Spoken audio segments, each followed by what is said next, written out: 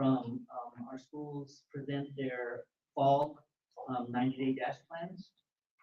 It is, yeah, let me turn this on.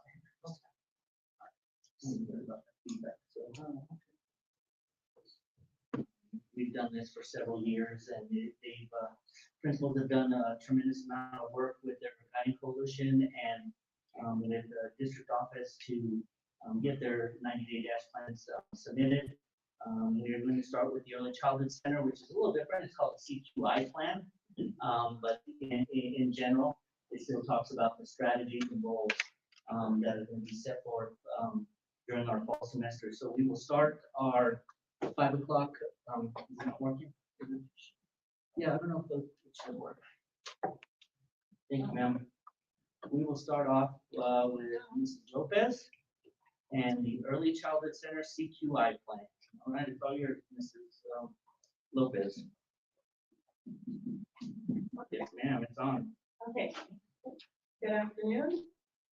Mm-hmm. All right, good afternoon, members of the board and colleagues. I'm the principal of the Early Childhood Center, and I'm going to present the Little Pinto CQI plan.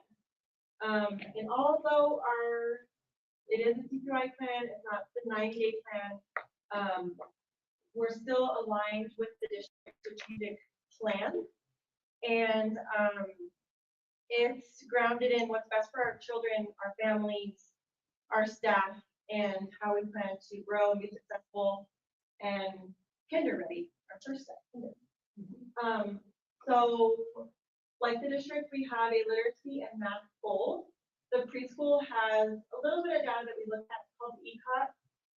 And our goal for our ECOT scores is for 90% of students reach accomplished for 3s or 4s on ELA and math.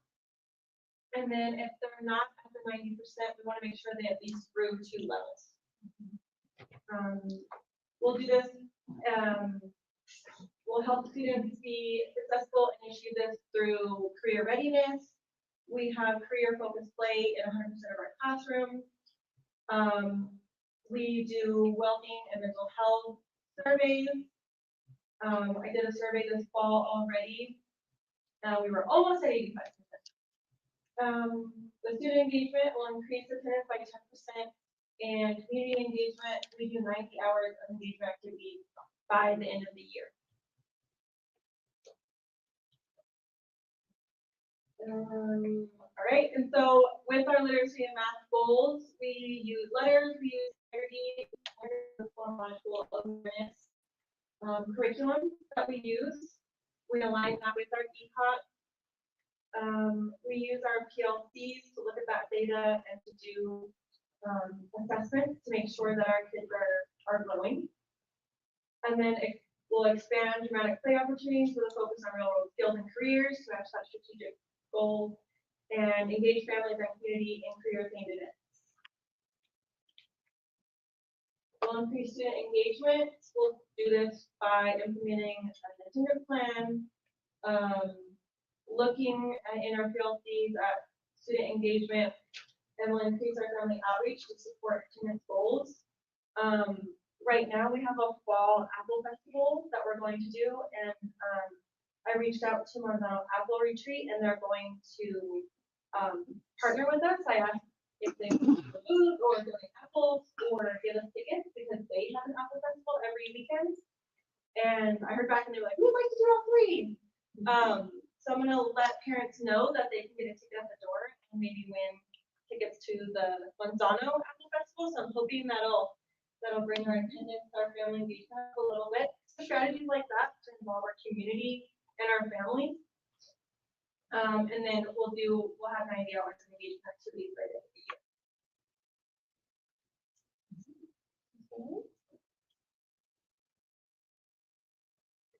Sorry, God.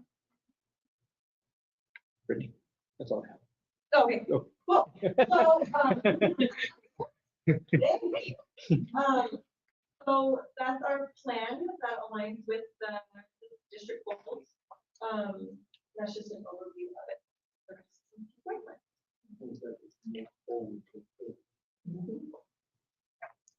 Brittany, do you mind just real quickly And we've heard it in the past, but just as a refresher, what is ECOG?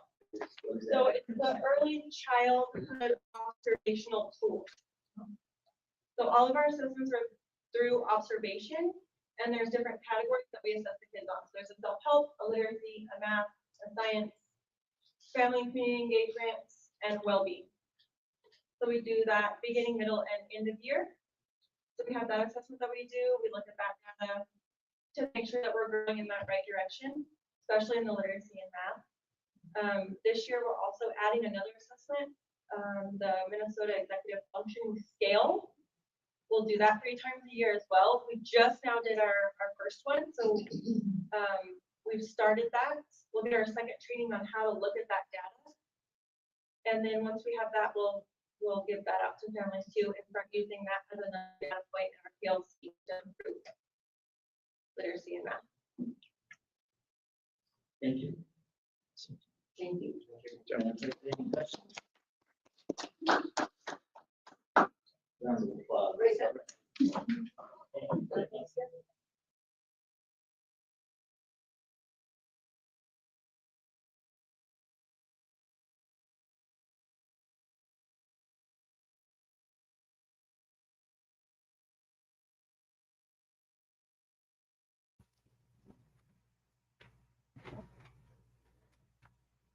Hello, good evening.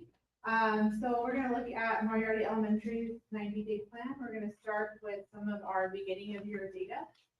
So for K through second, this is the Amira reading data. So we are looking at, we transitioned from iStation to Amira. Amira purchased iStation, and so what that assessment platform looks like and how that assessment is delivered to students does look a little bit different this year than in past. So we're learning some of those intricacies, and then also looking at the data, which is also reported a little bit differently as well. So in the past, iStation would report data in levels 1, 2, 3, 4, and 5, with levels 4 and 5 being proficient. We are still able to see levels in the current data that we have, but the front-facing data is by tier. So tiers 1, 2, and 3.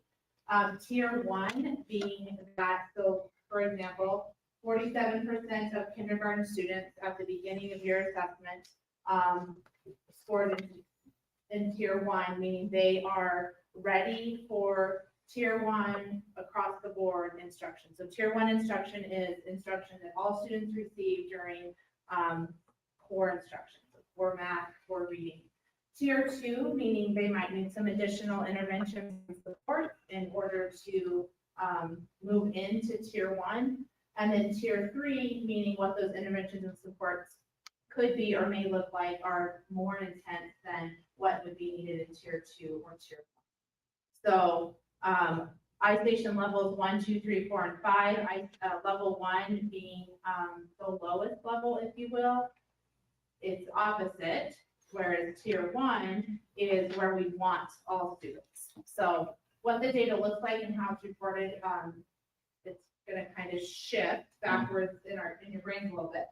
So this is beginning of your data for kinder, first, and second. You can see where students scored in tier 1, tier 2, and tier 3. We don't really have anything to compare it to because it's the first time that data has been shown in tiers. So, and then also the same for math as well. So again, tier 1, tier 2, and tier 3, which students scored in each of those areas. The beginning of your assessment typically takes anywhere from 40 to 45 minutes to complete for a kinder or first grade student. With Amira, that was with iStation. With Amira, it took less than 20 minutes. So the platform is just, it's completely different. It's very, all students have microphones on their headsets. And so it's very interactive. There's a lot of students answer questions, they talk to it. There's like an AI component to it. And so the delivery of that assessment just in time is much different. So, moving into 3rd through 5th grade, we look at IMASA, which is our short cycle assessment in reading. The areas here are on target, near target, and need support. And it's important to remember that when students take IMASA, they are being assessed on all grade level standards for that grade level. So for instance, in 3rd grade, we have 12% of students on target, but 12% of students are on target. They were assessed on all 3rd grade reading standards in August. So we do see pretty substantial growth as the year progresses because we've actually provided instruction on those standards at that grade level as we move through the year. And then math, on target, near target, and need support for beginning of year. Again, the assessment is assessing on all of those grade level standards in August, even though students might not receive instruction on, like, for example, fractions until possibly January. So we take all of that data and we use that data to set goals and to focus in our next steps. So our areas of focus are instructional alignment with priority standards. So we have data trackers at every grade level by student, by priority standard. So each student, we will be able to look at a formative assessment that is aligned to a priority standard and know what the proficiency of that student is with each of those priority standards for reading and math. And then we will, of course, will use those proficiencies to drive our instruction and next steps based on their levels of proficiency with those priority standards.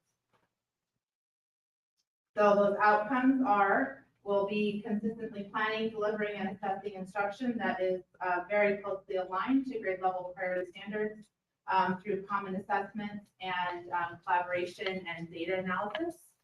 And then implementing targeted tier 1 instruction, and then next step interventions based on proficiency,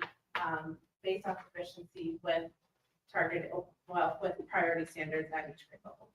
So those are our focus.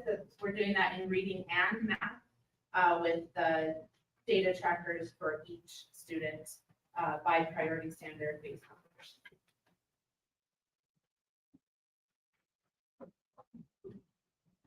Thank you. Thank you.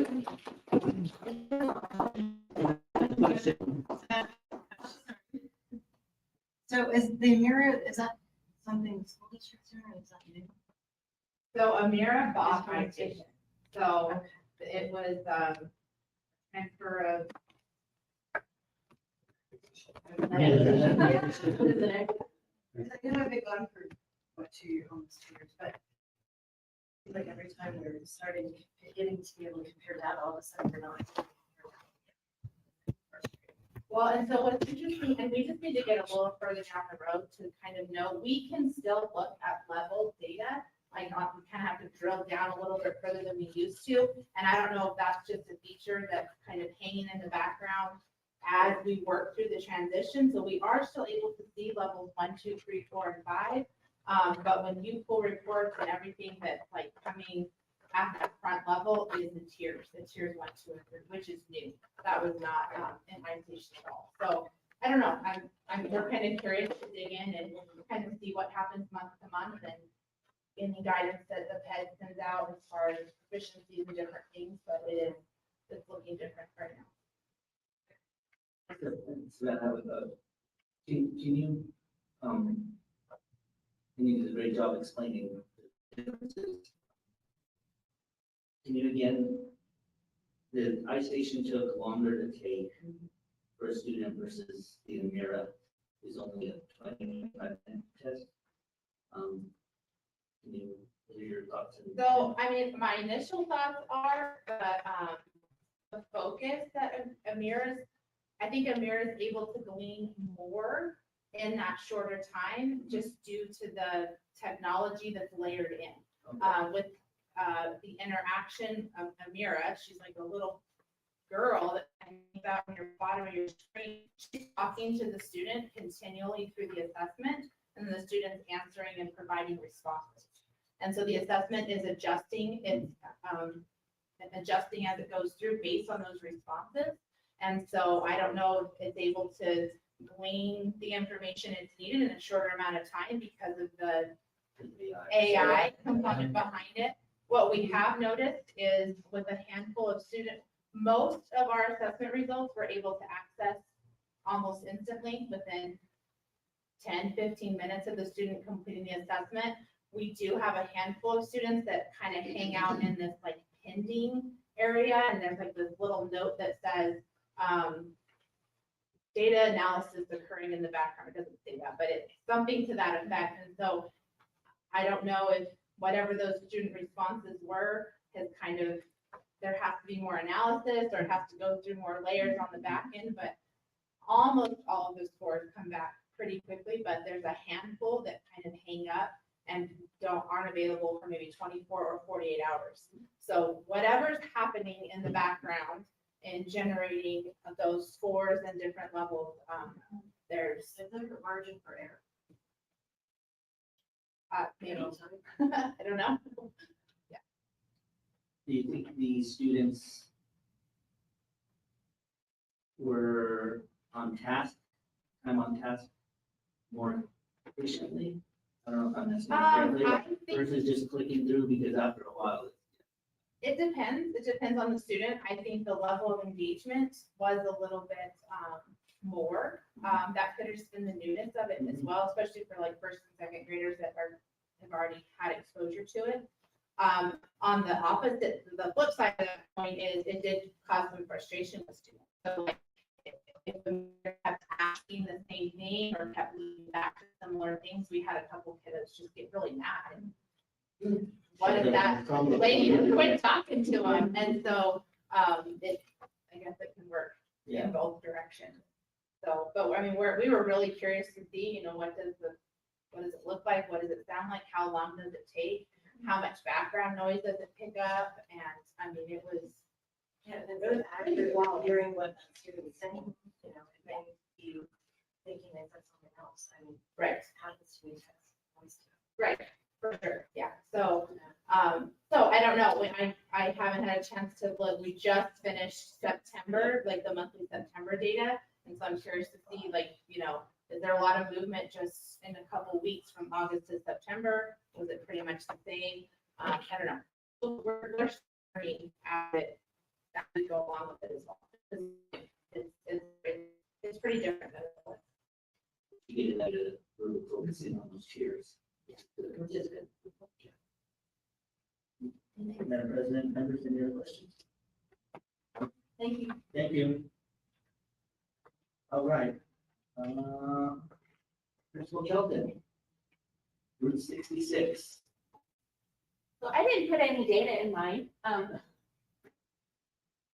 Moving from preschool to elementary school, this is on. Yes. Yeah. put it in. Has been not culture shock, but I'm still learning the language. So I just put my plan in and we'll go ahead and get started. Some of our performance challenges, what I did is just listed the 90-day plan. One of our biggest performance challenges is we have inconsistent school-wide systems and school culture that doesn't fully promote student belonging, safety, and engagement. And that's resulting from a lack of a unified vision and mission. We have a banner in school when you enter the school that has one mission statement, but if you go into different classrooms, there's another mission statement. In different classrooms, there's different things. So that's one of our things, is just unifying our school and a lot of systematic alignment with priority standards in core instruction and intervention. A lot of our teachers have been working from the instructional material, not from the standard. So our goal for school leadership and systems is that by the end of the first semester, we'll implement proactive evidence-based strategies, positive behaviors, restorative practices, and social emotional learning routines to create a safe, inclusive, and engaging school climate. That will be measured by a 3% increase in students reporting a sense of belonging and safety on the school climate survey. Last year was 65% and 5% reduction in office discipline referral. compared to the same period in 2024, 2025. We're also implementing positive referrals, and I'm counting how many positives we get and how many discipline referrals we get. So we're engaging in professional learning on responsive classroom, weekly classroom and playground walkthroughs to monitor staff implementation of strategies in those settings too, because that's where the trouble starts. Reviewing behavior trends off the discipline referral data and refine positive behavior strategies and establishing a school-wide positive recognition system. So these are, I don't know how much detail you guys want me to go in on these, but this is where we want to be by last week in October and by January. We want to just consistently use our strategies and increase positive behavior and decrease discipline referrals and radio calls. So standards alignment and English language. We want to make sure that all of our instruction is aligned to grade level standards. A lot of our instruction has been aligned to curriculum material. So make sure that everybody's on track. Sears and I are working on administrative walkthroughs so that we're doing 2 walkthroughs per month in ELA and in math, in addition to the walkthrough on the playground and in the diner, our cafeteria is the diner. And we want to make sure that everything is directly aligned with grade level expectations. So we'll have grade level PLCs, bi-weekly classroom observations and feedback, common formative assessments aligned to the standards, not the materials, and analyzing assessment data in grade level PLC meetings and adjust accordingly. So these are where we want to be at these.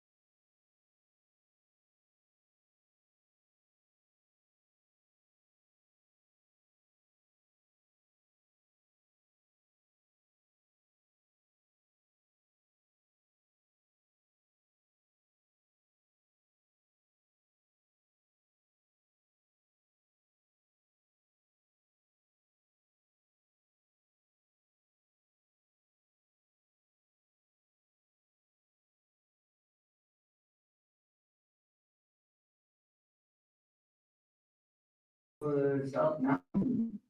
Did you turn this on? I don't think so. It's not. Principal I have no idea. Teacher. Yeah. Teacher. Okay. Teacher voice, okay, you got it. I'm Amanda Sears, the principal of South Mountain Elementary. This is my first time doing a 90-day plan, so please be kind. This is our data from 2023 and 2024. I know that's a couple of years ago, but this particular, the New Mexico business data is currently in growth. So schools have access to little chunks of this information, but it's not publicly available yet. So 2 years ago, we were spot school, and we're hoping that the next data that comes through in November also indicates that we are a spotlight school. We had a score of 70.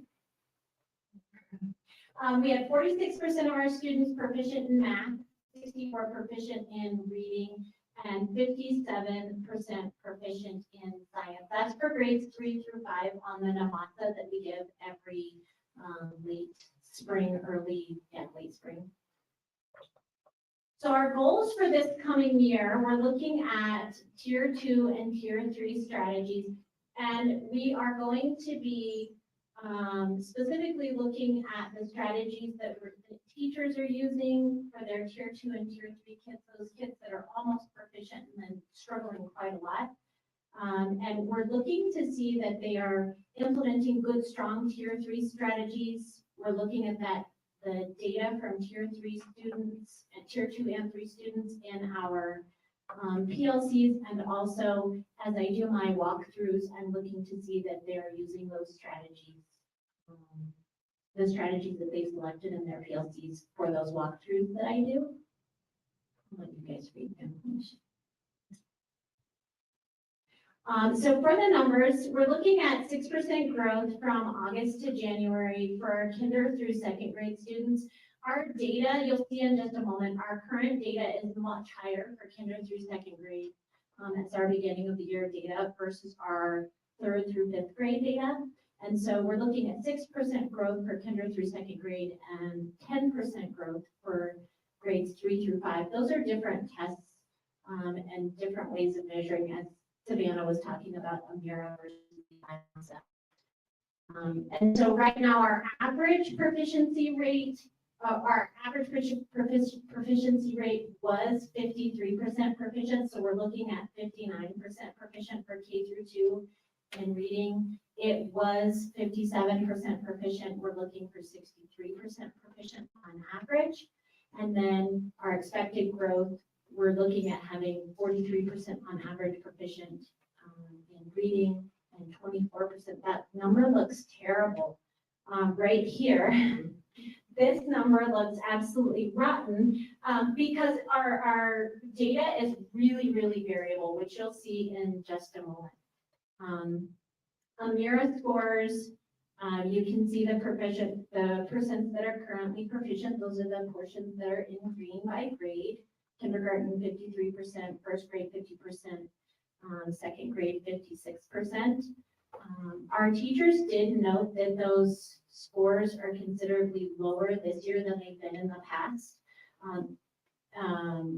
From iStation to Amira, so it's definitely a different way of looking at the data. And then these are the math scores: 67% proficient in kindergarten, 61% first grade, 43% second grade proficient in average scores. And then this is looking at IMASA reading scores. You can see the 3rd through 5th grade. They'll take this test again in December and then again in May. And our 3rd grade teachers, you can see that there are 20% of our students that are there in 3rd grade band. Our 3rd grade teachers noted that the scores are typically quite low in August because it's the first time the kids have seen the IMASA test. So you can see 20% proficient in 3rd, 24% in 4th, and 56% proficient in reading in 5th grade. Math scores super, super, super low. The 3rd grade teachers attributed that low score, which is so low it doesn't even have a number on it. I think it was 4%. Because it is the first time that they're seeing the test, and there's a huge jump in the standards. The 3rd grade teachers would say, which accounts for that low score. So 4%, 9%, and then 29% proficient in 3rd through 5th grade math. Right, so we're focusing on observations and making sure that teachers are really differentiating for those kids that are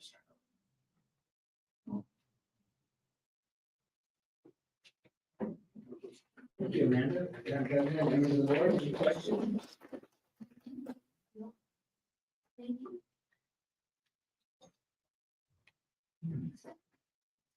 All right, next up, we will go to our middle schools, and we'll start with Principal Maldonado. Edgewood Middle School. One second. Do I have to use the microphone? No. Or we're using hotspots. Yeah.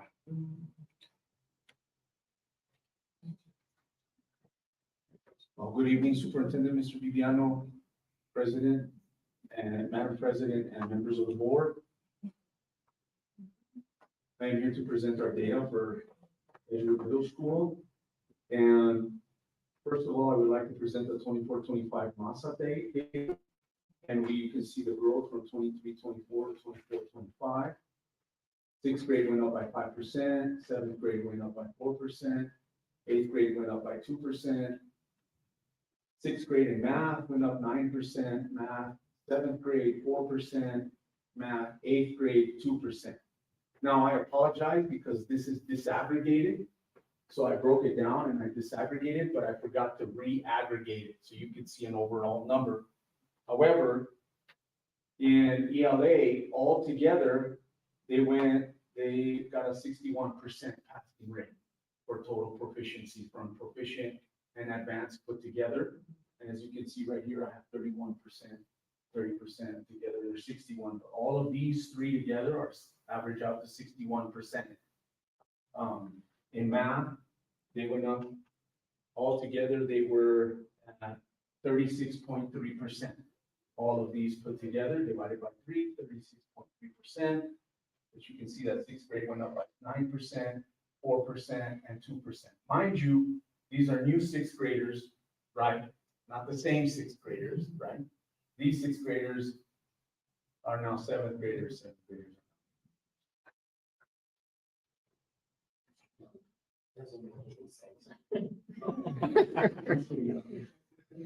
Yeah.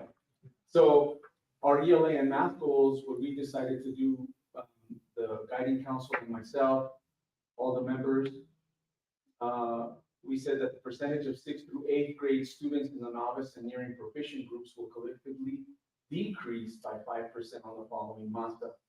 So I told them that we should focus more on the bottom, pushing up, instead of top, pushing up. And that will ultimately raise our top scores as well, right? But it's to teach high expectations and pull them from the bottom instead of us teaching here and then pushing them up, right? So we decided 5%. I know it's a little bit ambitious because the strategic plan says that we should be at 3% per year, but I thought, I think we can do it. 2 percentage points, it's a stretch, but I think it's attainable. I really do. So how are we going to do this? Well, the objectives for the 25-26 strategies is to tier all instruction and interventions for math and ELA. And then all faculty will utilize the building thinking classroom strategies more effectively in the classroom in order to engage learners at a higher rate. All faculty and staff will be more proactive in implementing the multi-layered systems of supports to help identify academically struggling students and provide the extra supports needed for them to be successful. And we will tier them, tier 1, tier 2, tier 3, and they will be identified through staff meetings, PLCs, grade level meetings, and student assistance teams. We've already started that process with our tier 1s, and then we'll move on to tier 2s, tier 3s, and then I really want to implement interventions starting in January, right after the December break. Now, the reason that I'm saying that we're going to start really focusing on them in January is because right now we just have the boy. I also want to see the MOI put together, which is the middle of the year test and the beginning of the year test. Compare them because, kids can have a bad day. things happen. So I would like to see 2 consecutive tests and then look at them, compare them and say, okay, this little guy really, really needs tier 3 supports, right? More focused instruction. That gives me more validity for me to implement that, or us as teachers and administration. So here's the strategic plan, and like I mentioned before, the strategic plan says by at least 3%, but we shot for 5%.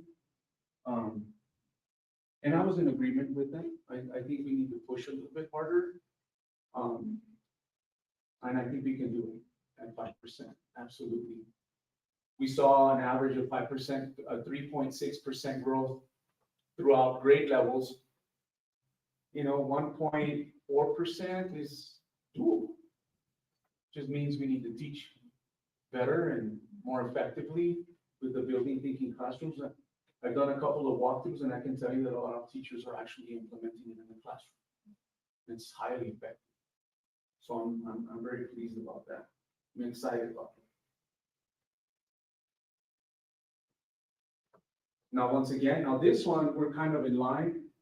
So as you can see, the 5% here, and then in the strategic plan, it's also 5%, which is for math. And I think that we can grow in math a lot more than we have been. But it's good to challenge ourselves. We challenge our kids every day. I tell them, that's what we should challenge ourselves, right? Lead by example. So the projected growth, in order for us to hit the 5%, obviously, 61%, we'd have to go to 66, 57, we'd have to go to 62, 64 to 69, 46 to 54, 37 to 42, and 26 to 31. But that's individual.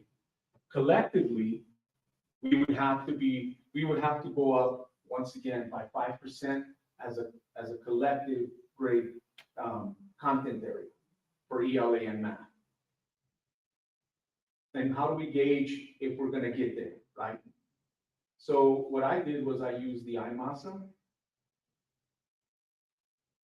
And this is the beginning of the year exam. And I can tell you that now it's really weird how the IMASA works because they separate it into reading and language usage. There's 2 different tests.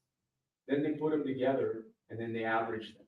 And that's your ELA score, right? So here you can see that in 6th grade, 97 students were tested, and that's 57% that got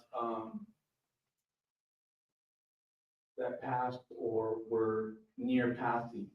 Now, mind you, this is content that they have never seen. This is the first time they see it, the beginning of the year. So these are 5th graders now in 6th grade, and they're getting 6th grade curriculum, and now they're seeing this for the first time. So this is like really rough data. Right? It's like teaching somebody how to throw a basketball only one time, and then they try to throw a basketball. So but it's actually pretty good numbers. It gauges where they're at. So you can see that 24 of them were actually on grade level, 33 somewhat, 43 is the ones that are a little bit behind grade level. So those are the ones that we want to bring up. In 7th grade, you have 55 of the students out of 94 who actually are near target, and 27% are on target, which is grade 7 reading. And then we have 18, which is a lot less than 43, that need support. And these are the ones that we want to implement, tier 3 supports. In 8th grade, we have 47 who need support, 21 who are nearing target, and 32 are actually at grade level. And these are your avid readers, right? It also comes down to resources. Kids go home and they have a library, an extensive library to choose from, and some kids go home and they have none. They might have a comic book, they might have a magazine, but really don't have that much of resources at home. Right. Absolutely.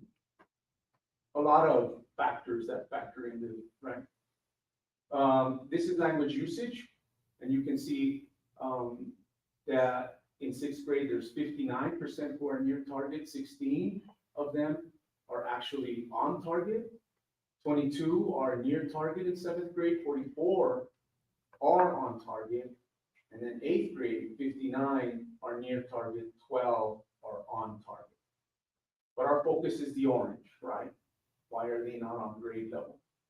And mind you, in these numbers, you also have ELLs, your English language learners who are learning English, right? Which are not many. I think we have 6 right now. But you also have your special education students, right? That are already in special education because they have a cognitive disability, a speech impediment, and that affects reading and language usage. But those are the students that we really need to focus on to help them come up to grade level. The next one is math.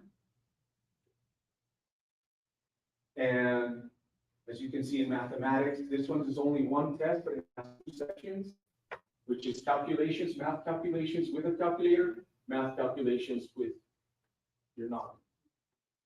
So 41 of the students need support, 37 are near target, 22 are on target. And this is sixth grade, which is pretty amazing to go from fifth grade to sixth grade. 32 of our students in seventh grade need support, 48 are near target, 19 are on target. And this is the one that kind of took me by surprise. 52 need support, 26 are near target, and 22 are on target. But in eighth grade, we begin pre-algebra. And that's a hard concept. It's a hard content to master. So obviously, a lot of kids were like, "Oh, it's the first time I see, algebraic equations," which is tough. No excuses, but so in summary, I will tell you that for our boy, collectively, doing the numbers, right now we're projected to get 67% in ELA. If we were to take the MASA, like we did with the IMASA, in the math, we're projected to get 71%, which is pretty astronomical. I don't know how we attained that number, but that's pretty high. But we're on target. But like I said before, I want to wait for the MOI because it gives me a better idea of what we're dealing with. And that's all I have. Thank you very much. Thank you. Thank you very much. Yes, ma'am. So with what you just said, you said it earlier too, I guess I'm hoping in this one for something. You're not gonna wait till the middle of the year to start pushing your kids. No, absolutely not. No, but to. I thought I was hearing. No, right. Saying you're gonna wait till the middle of the year, so. wait. No, so we're already acting upon the data, but we become more focused after the MOI because it gives us more valid information. And it gives us some kind of consistency. But no, absolutely. We're already starting. We already have tutoring after school, before school, tutoring, even during some electives, we pull some of the kids. But we become better at it because we have better data to back it up.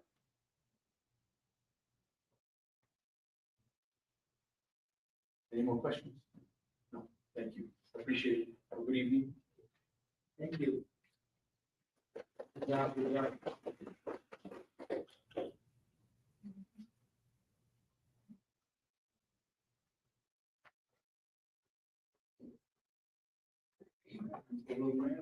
Moriarty Middle School, Moriarty Middle School, yep. Good How do evening, you get that everyone. picture? How did you get that? Drone? Drone. Yeah. Photography.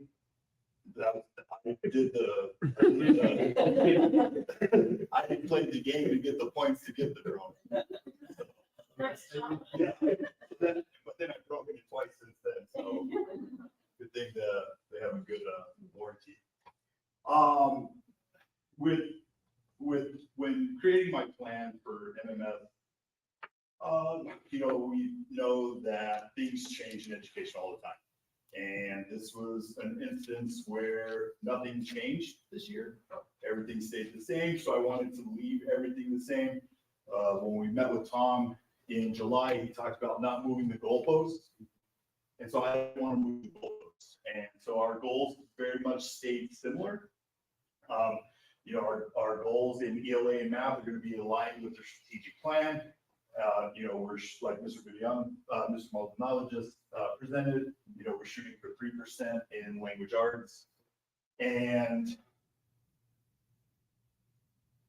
you know, it's essentially, you know, this is what guides it. As others have presented, if you keep going, I was hoping that we would have this data available to us from business because this is what gets published to the state. I've shared this with the MMS community regularly. This is how we're measured. This is how we're perceived. And so I was hoping that I would have a new screenshot to share. I am hopeful that we maintain our traditional designation, but like others have said, this data is currently embargoed, so we'll wait to see what that looks like whenever that gets released. And those are just 2 years in a row. Just like I said, I'm not moving the goalposts. We're going to sit here. We're going to be real. We're going to own everything that we basically put into writing. These were our proficiency numbers 2 years ago. And so you can see they're quite low.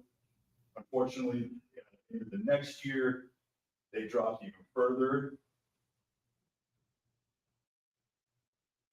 I think there's a missing slide there, but that's okay. So what are our goals? Goal number 1, ELA, we want to raise the number of students scoring proficient or advanced to 40% school-wide. We are very fixated on identifying proficient or advanced. And so in a little bit, I have some slides that show you, we moved kids from need support into nearing, and I want to celebrate that, just celebrate proficient or advanced, because it's just as important. And so if you can go right back. Yeah. So, you know, all of our, your 90-day plans, your dash plans, they're all focused on what adult behaviors need to change. And so at MMS, we identified that we got a misalignment with grade level standards, reading materials, and pacing are probably not on grade level. And so we need to elevate that. And we very much had a conversation on, we are going to view our kids through an abundance lens. And what I mean by that is we're not going to lament the skills that they're coming to us with or that they're missing. We're going to celebrate the ones that they have. We're going to meet them wherever they're at. And we're going to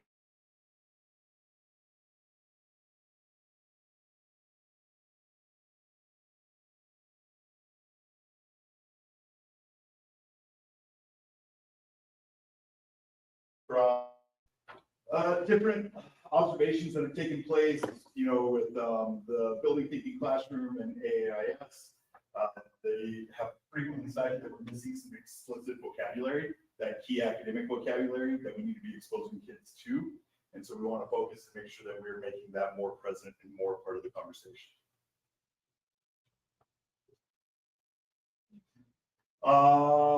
Member Young, at one of the board, I think the last one, you talked about cohorts and tracking. So I added in here how these groups have done across time. Okay, and we do, you know, especially with me being in year 3, our current 8th graders have only known me as the principal. So we've tracked their data. Oddly, I can't find anything to report out. It's kind of all over the place. And I kind of think that a lot of that speaks to just the nature of the test. On any given day, you can get different results based on how the kids feel, what took place at home. I really think that there's a strong correlation between the person that assesses them. I think when their math teacher assesses them, they're going to perform better than when their PE teacher assesses them. And so just kind of wanted to show some of this longitudinal data. And it also just highlights the growth that we did experience. At the end of the day, in ELA, 6th grade, 7th grade, and 8th grade all grew at MMS. We'll get to the math and see a little bit different story, but just kind of wanted to show longitudinally, this is where we're at. So this would be Mrs. Bergen being the principal, this would be Mr. Mitchell, and then these two would be me. And so we had some really awesome things going on in 22, and we got to get back to these levels because these are significantly better. Although I guess we did do better in 6th grade. So there's some longitudinal ELA data there. So our second goal is math. We have a ton of kids scoring in those graphs that you've seen in the red. Okay, those are our students that need support. Like 6th grade math grew, 7th grade math grew, our 8th grade math did not. And so when we looked at this data and we're trying to decide what adult behaviors need to change, you know, this is year 2 where we designed really intentional interventions. We've looked at kids' letter grades.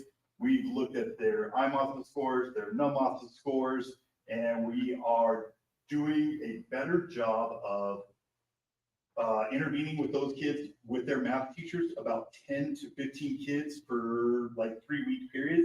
And then we release them to another advisory.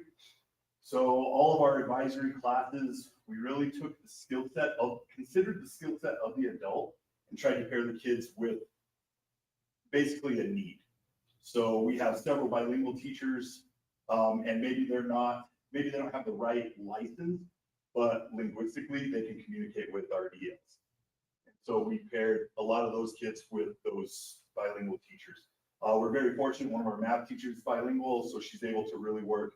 We have a really high English learner population at MMS, and so we're able to get some like really specific supports to the kids.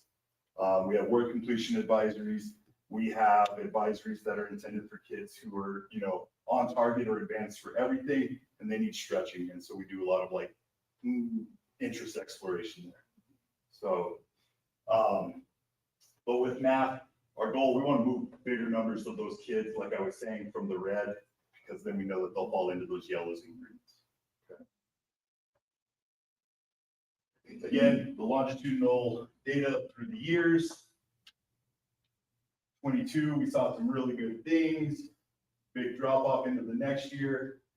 And then here, we grew by 7% in the 6th grade, we grew by 5% in the 5th grade. This year, we saw a 5% drop. And so we were really kind of stumped by that. And then through one of the data dives that took place at CES, we found out that we had 25 students who missed proficient by 1 or 2 questions. And in our building, 25 kids is about, each kid counts for about 1.5% because of the numbers that we have. So we were, this is awful, but we really were pretty close to being able to show some pretty phenomenal growth. And so we're hoping that this year, because we're not moving the goalposts, because we're assessing the same way, because we're going to be better about our interventions, because we're going to be teaching at grade level, or more at grade level, we think that we'll show even better.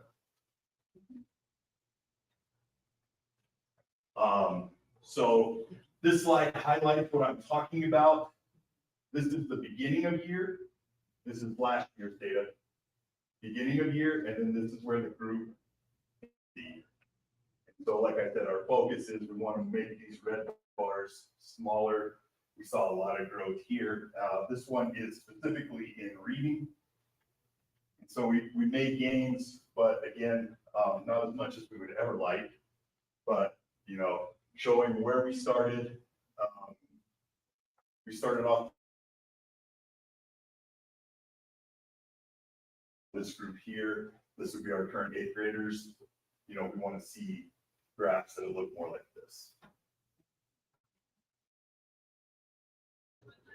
This is our math achievement. This one, same thing. This is last year. This is where this group began. So this would be our current 7th graders. They started with 63% needing support. And we got that down to 54. We started here with 47% needing support in our 7th graders, down to 31. And then this group, we grew from 68% needing support to 52. And so, of course, we want to see longer graphs in the green, but this is where we started the year, and this is where we ended the year. And so it shows you the growth at each level experience.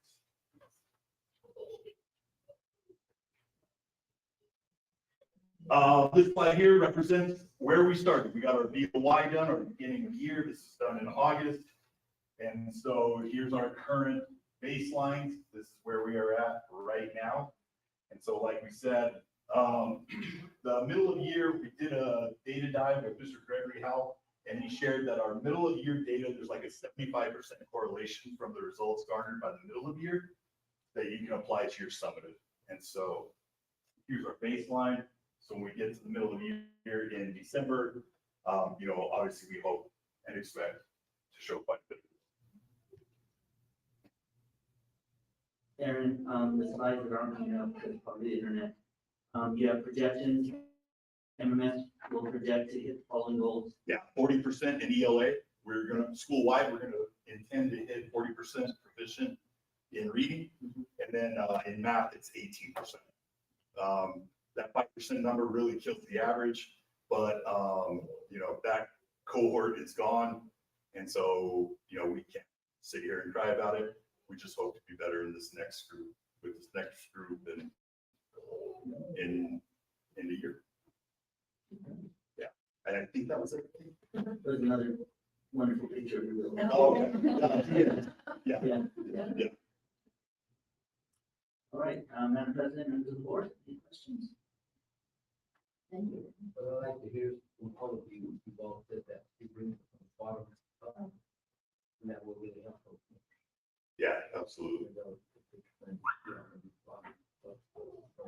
Yeah, and I've shared, through communication with the MMS community, your kids' advisory may be changing, and it really is so that we can attempt to get as much support to every kid as possible. Whether they're on the low end in the red or they're on the highest end in the green, they all need something. And so. Exactly. Yeah. Awesome. Thank you. Thank you, Aaron. Madam President, members of the board, coming into a work session, and I'll let you put it out here in a bit, Madam President. We do have on our agenda for the regular meeting, we put as an item to continue on with the presentations if we needed. I had mentioned to the principals, I felt like I personally had rushed them through last year's work session. And so take our time with more detail, and then whomever was going to have the need, would have them during the regular meeting, and it looks like that would be you, Principal Romero, right? You will be there, all right? So well done, everyone, and keep up the great work. Principal planning days have helped out, I think, and we're just moving forward with these action plans. So with that, Madam President, I think we can work session. Okay. We'll just end our work session, and do you want to give everybody 2 minutes? Yeah, if you want to start, it's 6:05. Okay. 6:05. We'll be adjourned at 6:05. All right. Thank you.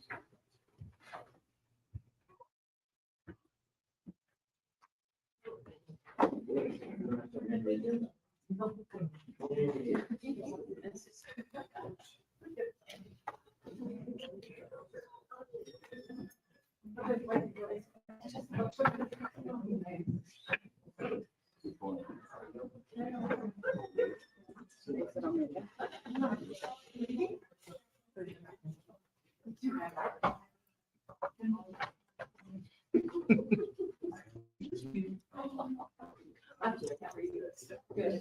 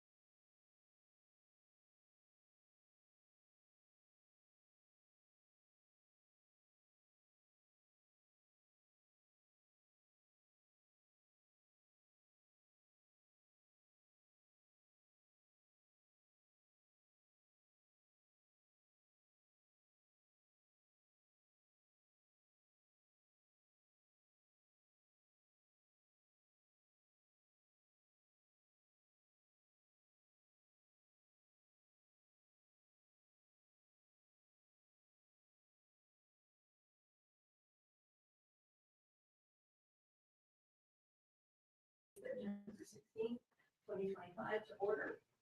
Would you please stand and join me in the pledge of allegiance? I pledge allegiance to the flag of the United States of America and to the republic which stands one nation, indivisible, with liberty and justice for all.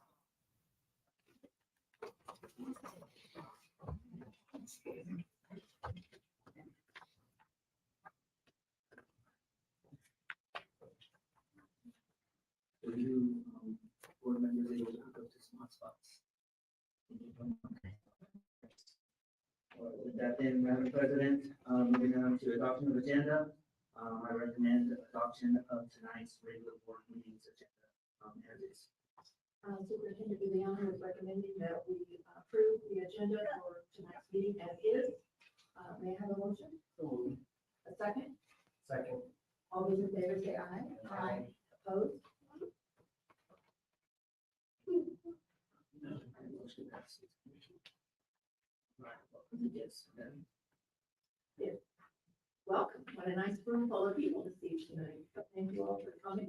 We look forward to having you here with us. And as we go forward in our meeting. Thank you.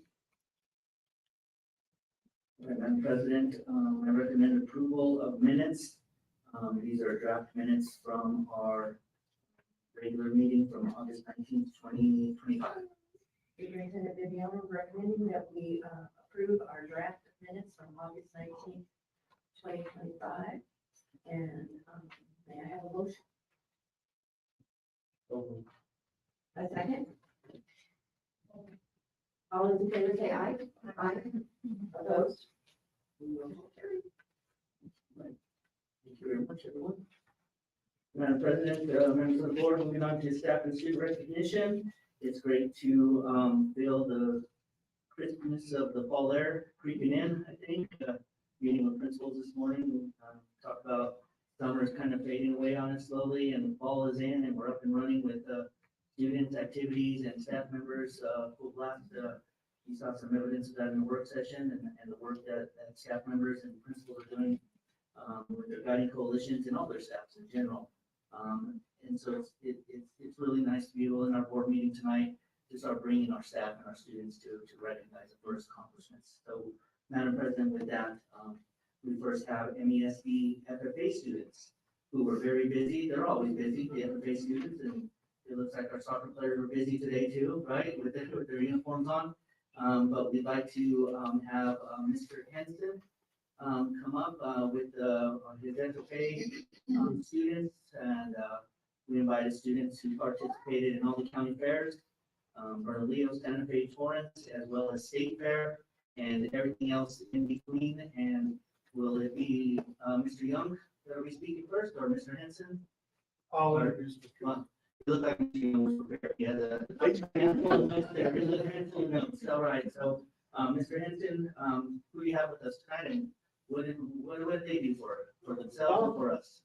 Well, tonight I have our team, or two teams that are going to compete. Our livestock team, they got third at state this year, and they're going to go compete at the American Royal in Kansas City. And then I also have the state championship agronomy team that's going to go to Indianapolis, Indiana to compete at the National FFA Convention also in October.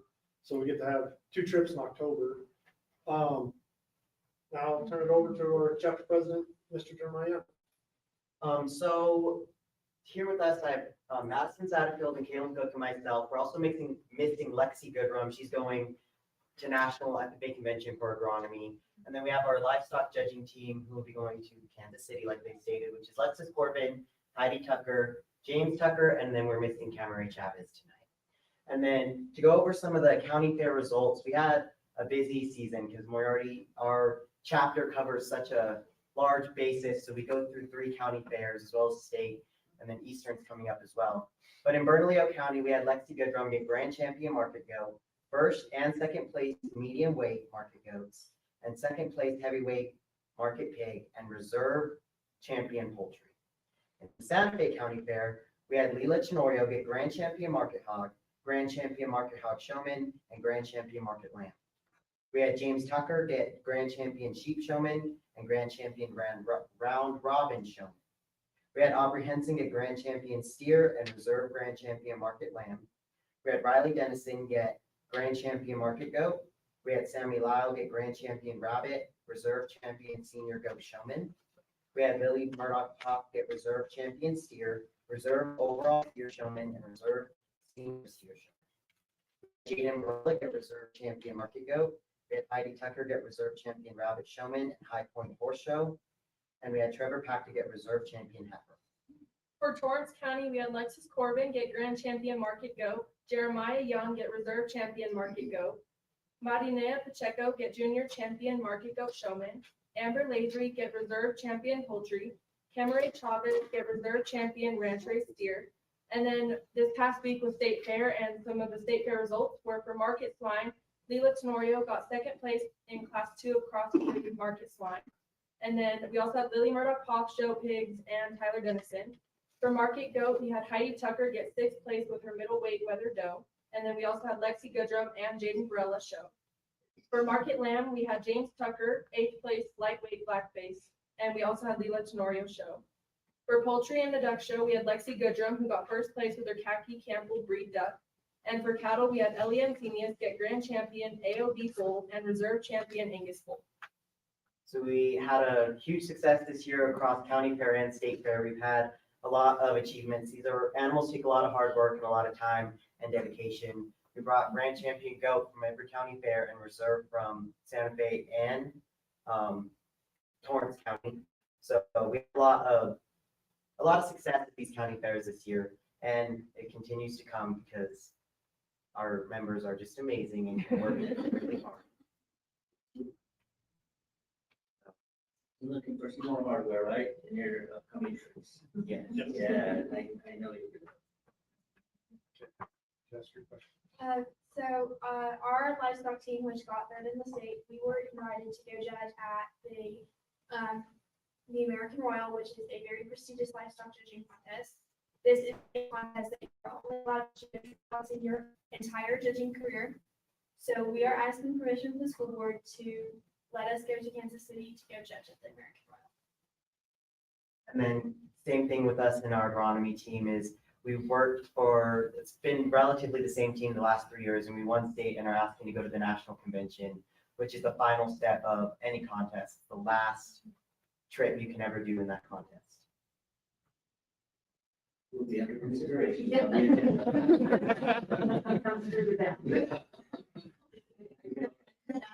never seen this word turned on at transportation. I think, yeah. We'll keep it at that. We'll keep it at that. Thank you guys for everything that you've done. You know, thank you. You always represent MESD in a very fine way. That is Thank you for having us. Appreciate it. Absolutely. Well done. Yep.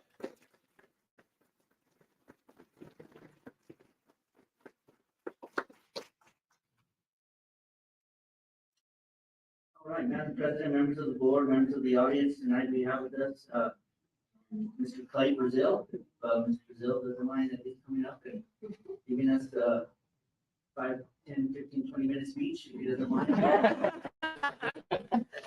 I will let Mr. Brazil give you some background, but he has been with MESD for several years as an art teacher, and we want to recognize him and congratulate him. He received, if I'm correct, through the New Mexico State Fair art competitions, or just throughout competitions, the New Mexico Art Education Association Teacher of Visual Arts Award for the state of New Mexico. So, Mr. Brazil, congratulations, and please add on to that. Humbled, and I think like with the FFA and our soccer teams, our football teams, basketball, all of the electives that Moriarty High School has, it's second to none. I am humbled, but I have to give the credit to my students. They're just they're so eager to learn. They're teachable. They're polite. And we have an amazing administration as well. I want to thank Natalie. You know, she's been so helpful too. If we wouldn't have even gone had you not said we need to go. Because it's been several years since Moriarty, I think, and that's my fault, has put up a display at the Mexico State Fair. But I just want to thank you all for hiring me and keeping me.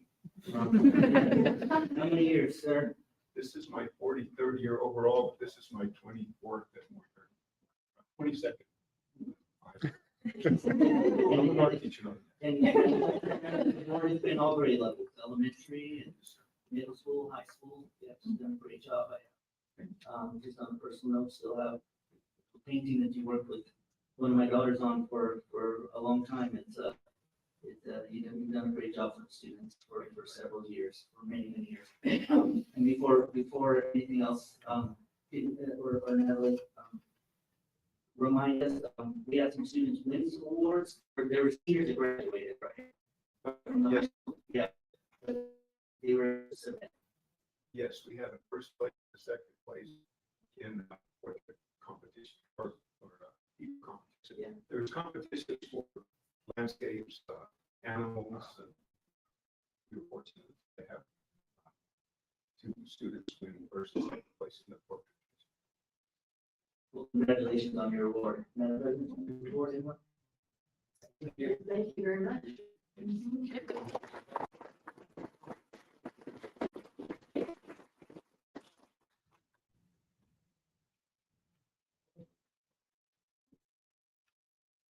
Not to take away from you, Claire, or anything, but they're telling me power is on. Yeah.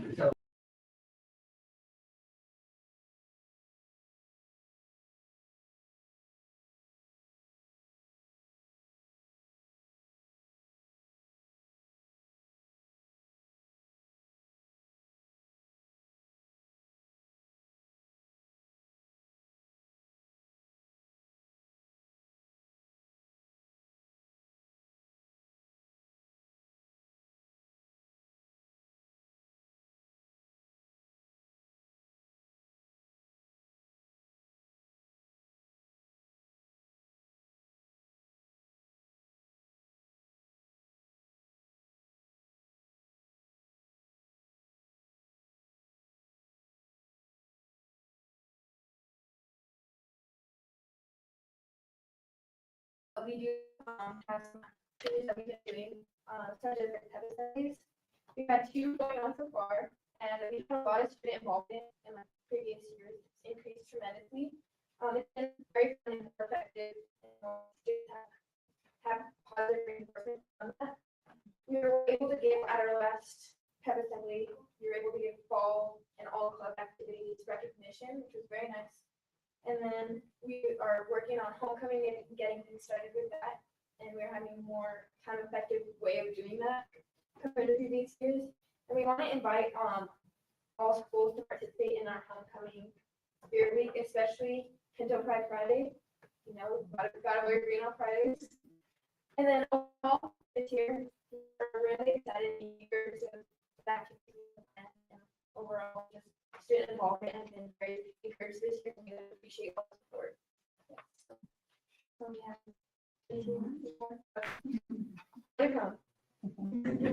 Thank you. How does soccer game go? we won. Madam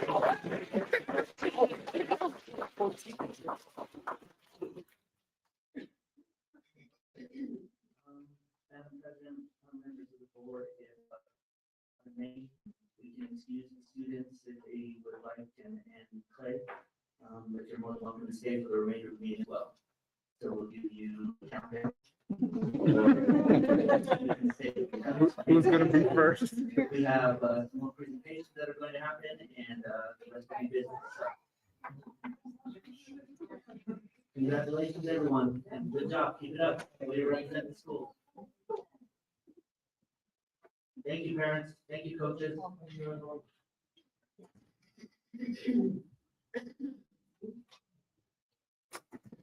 right, Madam President, we'll move to principals and athletic directors board reports.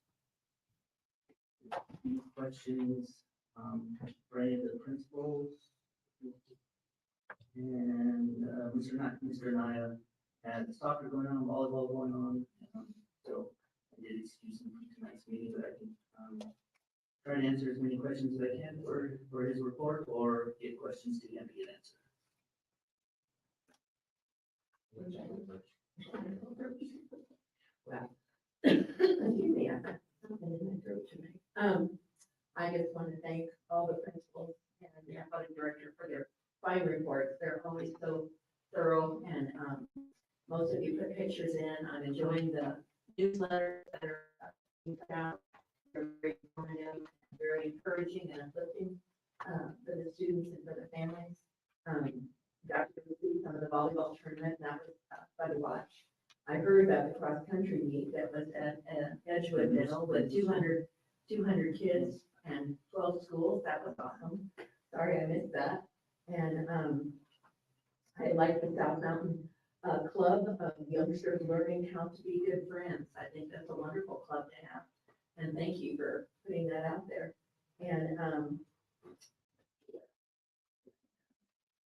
I also love the pathways to success. That you had, Natalie, in your report. I think that's very uplifting and encouraging. I think you're all doing a great job of making your schools our house, where the kids come in and feel like they're in their house that they're in for the day, that you have them for the most part of their awake time. And I look forward to seeing a lot of wonderful things taking place in our schools. Thank you. That's me. Anybody else? I was curious, maybe this is for all the principals, do you have quite a few parents participating in PTO? Your friends and- I also had a question, Ms. Kelton, you were talking about roof leaks getting repaired. They fixed it today. Okay. And I just wanted to maybe add on to the fact that the bond election's coming up and that money is used to help repair roofs and things. Absolutely. So it's important. We don't want our kids getting soaked while they're trying to learn. And I was gonna ask Mr. Maldonado, if there was quite a few students in that school that are doing high sports. Yes, ma'am. Is there, because I don't know if it's possible, you can tell me, superintendent, but at one point we were trying to bus kids to high school for sports. Well, right now we have one of our 8th grade girls is participating in the high school dance team. Uh-huh. And that's the only one that we have right now. Oh, okay. Yes, ma'am. Well, I don't think we need. No, mom takes her gladly, no problem. Nice, okay. Yes, ma'am. That's all I have. Thank you. I got just a little bit. I do appreciate that the board reports this year have been more strategic planning. Easier for us to identify because we don't live the educational, life every day. So the fact that you're laying it out there for us and stuff like that is great news. Natalie, I read your emails as a parent of a high school student. I love what's going on with where we're going with homecoming and kids being in school and stuff like that. I know it's not in your report, but I mean, I actually read that and the shout out to the kids and all that stuff. I mean, if you're getting cotton down and give it a look, I think it's important because I doubt I'm the only parent reading it. So other than that, thank you guys. And obviously 1 full month of for board reports. So good. And thank you.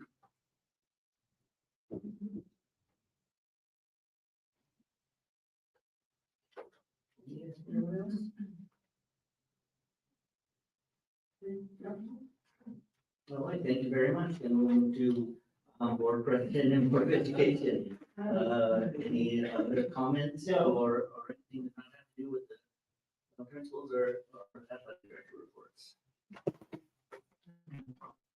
No, I'm good. Thank you. Anybody? All right, we'll move to superintendent's report. You ready to come? Members of the board, tonight we have continuation of our 90-day desk plans. Our work session, we were able to go through early childhood, our elementaries, and our middle schools. And so now we will wrap them up with Moriarty High School. Mrs. Romero's first fall 90-day dash plan at Moriarty High School.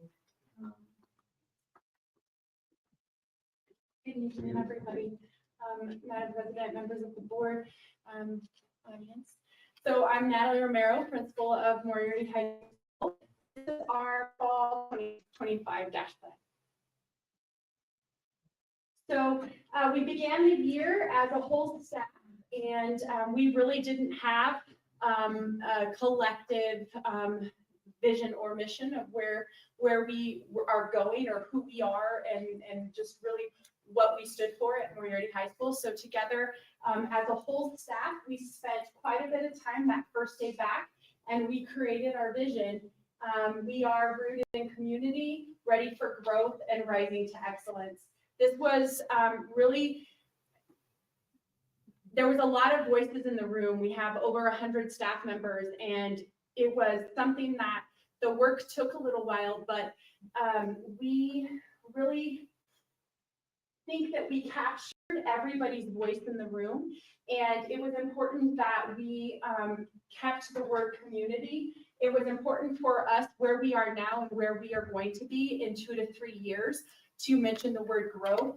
And we really want to, be that school, that spotlight school of excellence. It's not just academics, but we believe that we are, as we all said, we are the comprehensive high school in the East Mountains, but we can be that comprehensive and academic excellence school in the state of New Mexico and the greater Southwest. So that's how this vision came to life. So right now, our current reality, we have a traditional designation of 59.8. Currently, right now, from our most recent data, we have an 8% math proficiency, a 42% reading proficiency, 59 in science. Our graduation growth is a negative 2.9. We fell in graduation rate. And right now we're sitting at just under 70% or 69 or just under 70% of attendance rate. That percentage is of students who are present 90% of enrolled days. So we had to have some very vulnerable conversations, and coming in as a new principal, that's kind of scary, not only for the guiding coalition and the leadership team, all of the staff and the administrators. I'm really taking a look at, the data, what kids think, what staff thinks, and what needs to happen to move forward. So we had conversations in our guiding coalitions, our departments, our whole staff. We had surveyed, the previous administration had surveyed the staff and the students in the spring about, it was a culture survey. We also took results from the Panorama public education spring survey data, as well as I sent out a staff survey in the end of May and just asked for feedback. So we had all of this data, and we looked at that numerous times, and it led us to, we're going to be a spotlight school within 3 years, period. It's just what we're going to do. So this is what we believe, this is what we know, this is what will happen. So looking at the data, this is what it looks like at Moriarty High School over the last 3 years. ELA in 23 was 46% proficient, then we went to 42, and then we went to 33. Now, as it was pointed out earlier, this isn't cohort data. This is where we're performing the juniors on the SAT every year. But that's concerning. Something isn't meshing in the classrooms. So we had to have those hard conversations, as one of my colleagues pointed out, about the adult behaviors in the classroom, the adult behaviors in the school, what is leading to data going the opposite way than what we wanted to do. In science, we went from 49 to 59, and then we dropped back down to 38 this past year. And math has went from 11 to 7 to 6 most recently. That was hard. That was hard for our staff to sit in a whole staff meeting and taken that data. That was hard for a guiding coalition to sit together and really piece it apart. And look at, we have, 8 kids who missed it by 10 points on the SAT, from nearing proficiency to meet. And what could, because there's a lot of reflection that happens with teachers. What could I have done? What could we have done whole school? So lots of those conversations. So we did what we do as educators, and an amazing team of Guiding Coalition and just staff overall. So, one thing that we have not had at the high school is beginning of year, middle of year, and end of year assessment data. At the high school level, we have never had data in all 4 core subjects based on the priority standards. So we know where every student in that school from 9th grade to 12th grade are scoring in every priority standard. So we said, let's try it. Our teachers did amazing. We built the plane in the air in the first weeks of school. They created beginning of year assessments based off their priority standards on their proficiency math. They also, for instance, looked at our math team. They looked at the SAT questions in our ELA team. They looked at the SAT data. The SAT College Board provides some released questions. So we have templates, if you will, or we have questions that are on or appear to be on the SAT. So they're similar. They've already been tested up to 10 years ago, but they're the same type of questions. So they put those types of questions that match the priority standards in their BOY. And now we have student by student, standard by standard. You've heard that today also, but we have that data on every student in the school in all 4 core areas. We now know at least where they are. This data gave us such a great insight into where we're going to go teach now. We know where kids are scoring. It did, I'm going to get into this a little bit more here in a minute, but it gave us some great ideas for our Pinto planning days that we just had the past week. So to the 90-day plan and what our goals are. High school level, we have options for 2 goals. And what they do is then we feed in ELA and math into the 2 goals. We have to have a goal for graduation, which is our first goal. So currently our graduation rate is 76.5. And what our overall goal is, we're going to increase our 4-year graduation rate from 76.5 to 82 in 3 years. And then there's benchmarks. So that's a 3-year big goal. And our benchmark goal is we're going to go from 76.5 to 78.4 this school year. And to do that, we're going to do that through high quality instruction, standards aligned curriculum, and then ongoing monitoring of student progress. And that is through the data-driven instruction that this is starting. So all of that BOY assessment data, this is based on exactly what the teachers are. So we have that SAT data, we have that science summative data, but we need to know where kids are now and where the growth is. At the high school, we don't have the interims that, unless we do them ourselves, that the middle school and elementaries have. So we're creating them based off the priorities. And that's what we will be measuring, and that's what the teachers will be creating their unit plans and lesson plans off of. So increased proficiency in English and math, science, and history. We're looking for an overall proficiency increase from the beginning of the year. That growth, we're going to increase by 10% across the board in each core area. How we're going to do this, intentional collaborative practices, student by student, skill by skill, looking at that data, every assessment that comes across and saying, okay, on this standard, where did they start and where are they now? And what do we need to do if they did not meet that benchmark? Interim assessment, we're going to be working with our teachers on creating high quality assessments and what that looks like. And then unit plans that are based off of current student data. In the past, our unit plans have been based off of just where we thought they should be to get to that end of year summative assessment. Now we have real-time live data. They're going to be based off of where the kids are. The second goal, which was optional, and our guiding coalition said it's not optional for us, we're going to do this with culture. We had a lot of conversation about this because we had some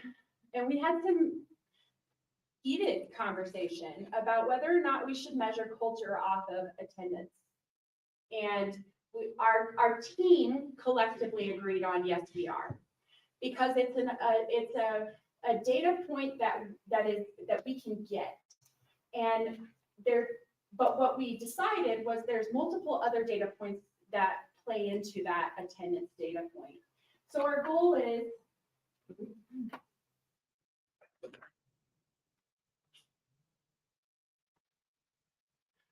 that we're going to increase or decrease our chronic absenteeism rate.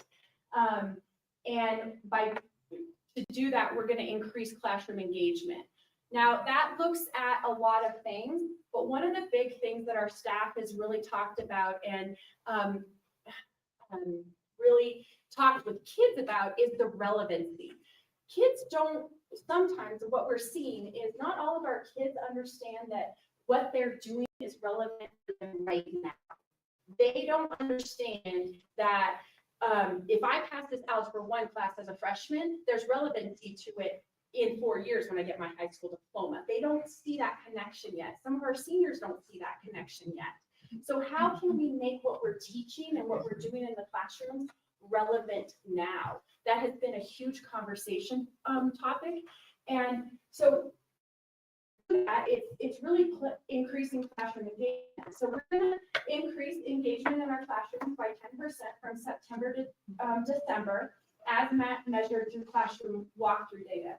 One of the benefits of shifting from one position to the other is I got to see all of the amazing work that my colleagues have done over the past few years. So I'm taking a play sheet from a different person in this room who, to get classroom walkthrough data, her and her team, they went through and they got baseline data on every classroom in the building. And then they used that measure monthly to see how they were doing. They looked for the number of classrooms that were exhibiting, 3 out of 9 components on a certain walkthrough. And so it's whole school data, nobody feels attacked. We don't even use classroom teachers' names, but we give monthly overall data. So the administration team will be doing that this month of September and then every month there through to get to a point in December. At December, then we're going to figure out with the guiding coalition, do we want to continue that into May for our second 90-day plan. The second benchmark is that we're going to improve the average daily attendance rates by 7% over the next 3 months. And we are calling families.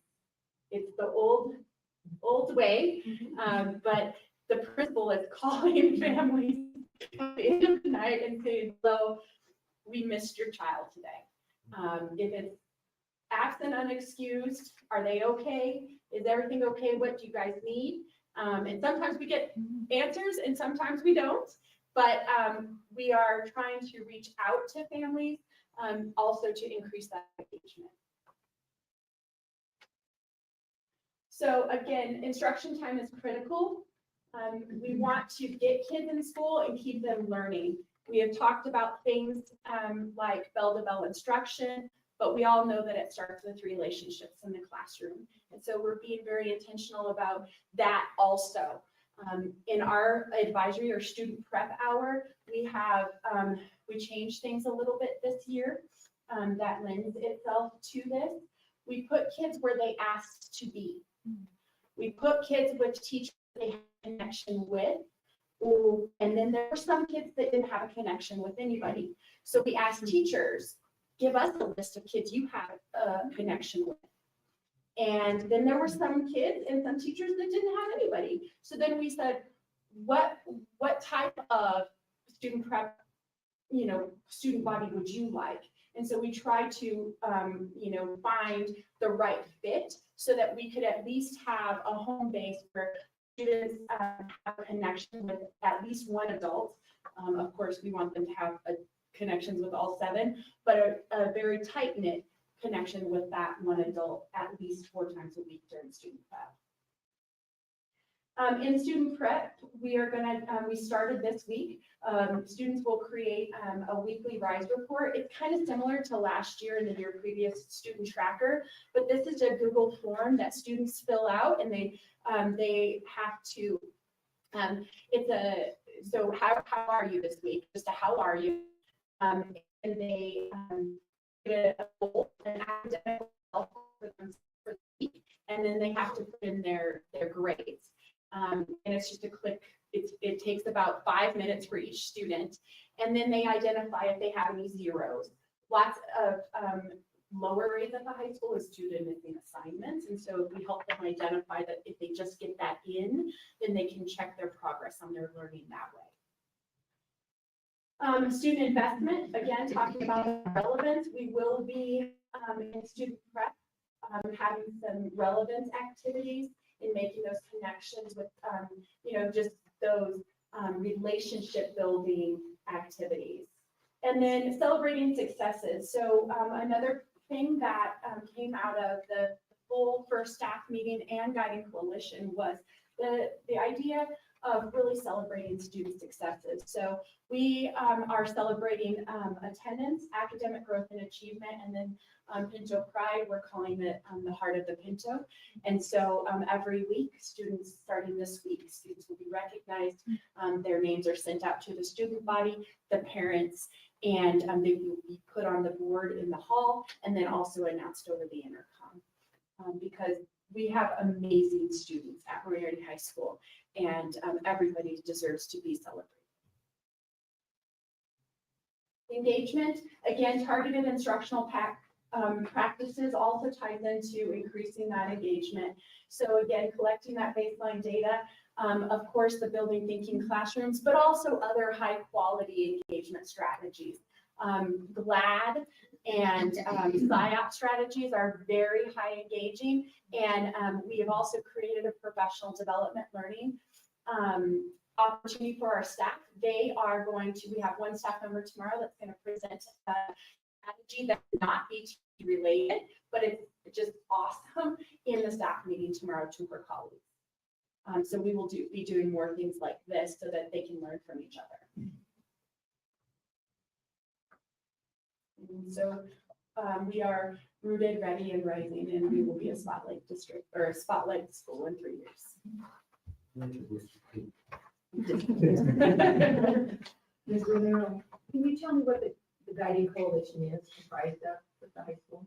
Yes, ma'am. Madam President, members of the board, the guiding coalition is, we have a member from every department, and special education, the 2 administrators, myself, and that's it. Is there any parent involvement at all? Not on the guiding coalition. Okay. I really like your enthusiasm. I like the goals for the high school. It'll be exciting to watch. You all work. Thank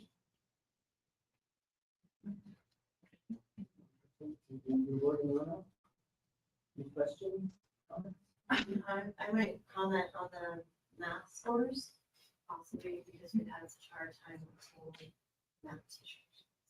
I can't think you can take that all on your shoulders. So definitely not. And then I was just curious what the state average was for graduation.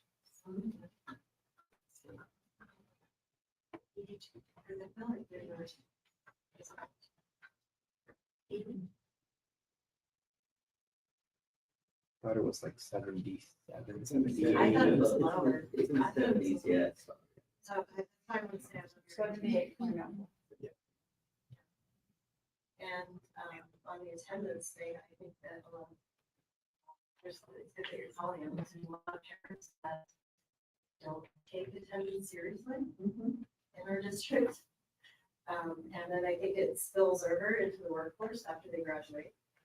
coding and just say, see that a lot. And I, if you're not successful in school or college, if you're not attending your classes. And that's all the-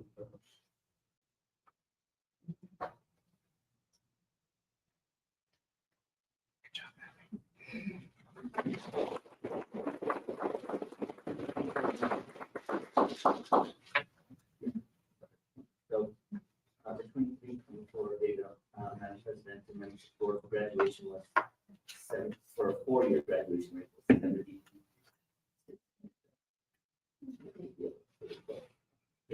No, The state average? We're above it, yeah, above the 82%. I won't be in the 90s. All right. Madam President and members of the board, again, thank you, principal, for your presentations on, again, not only your fall 90-day plans, but the greater goal. And with that, moving with our board, looking at student governance and student outcome governance, Madam President, I recommend that the board approve the 90-day dash plan reports as presented in our work session and in our meeting.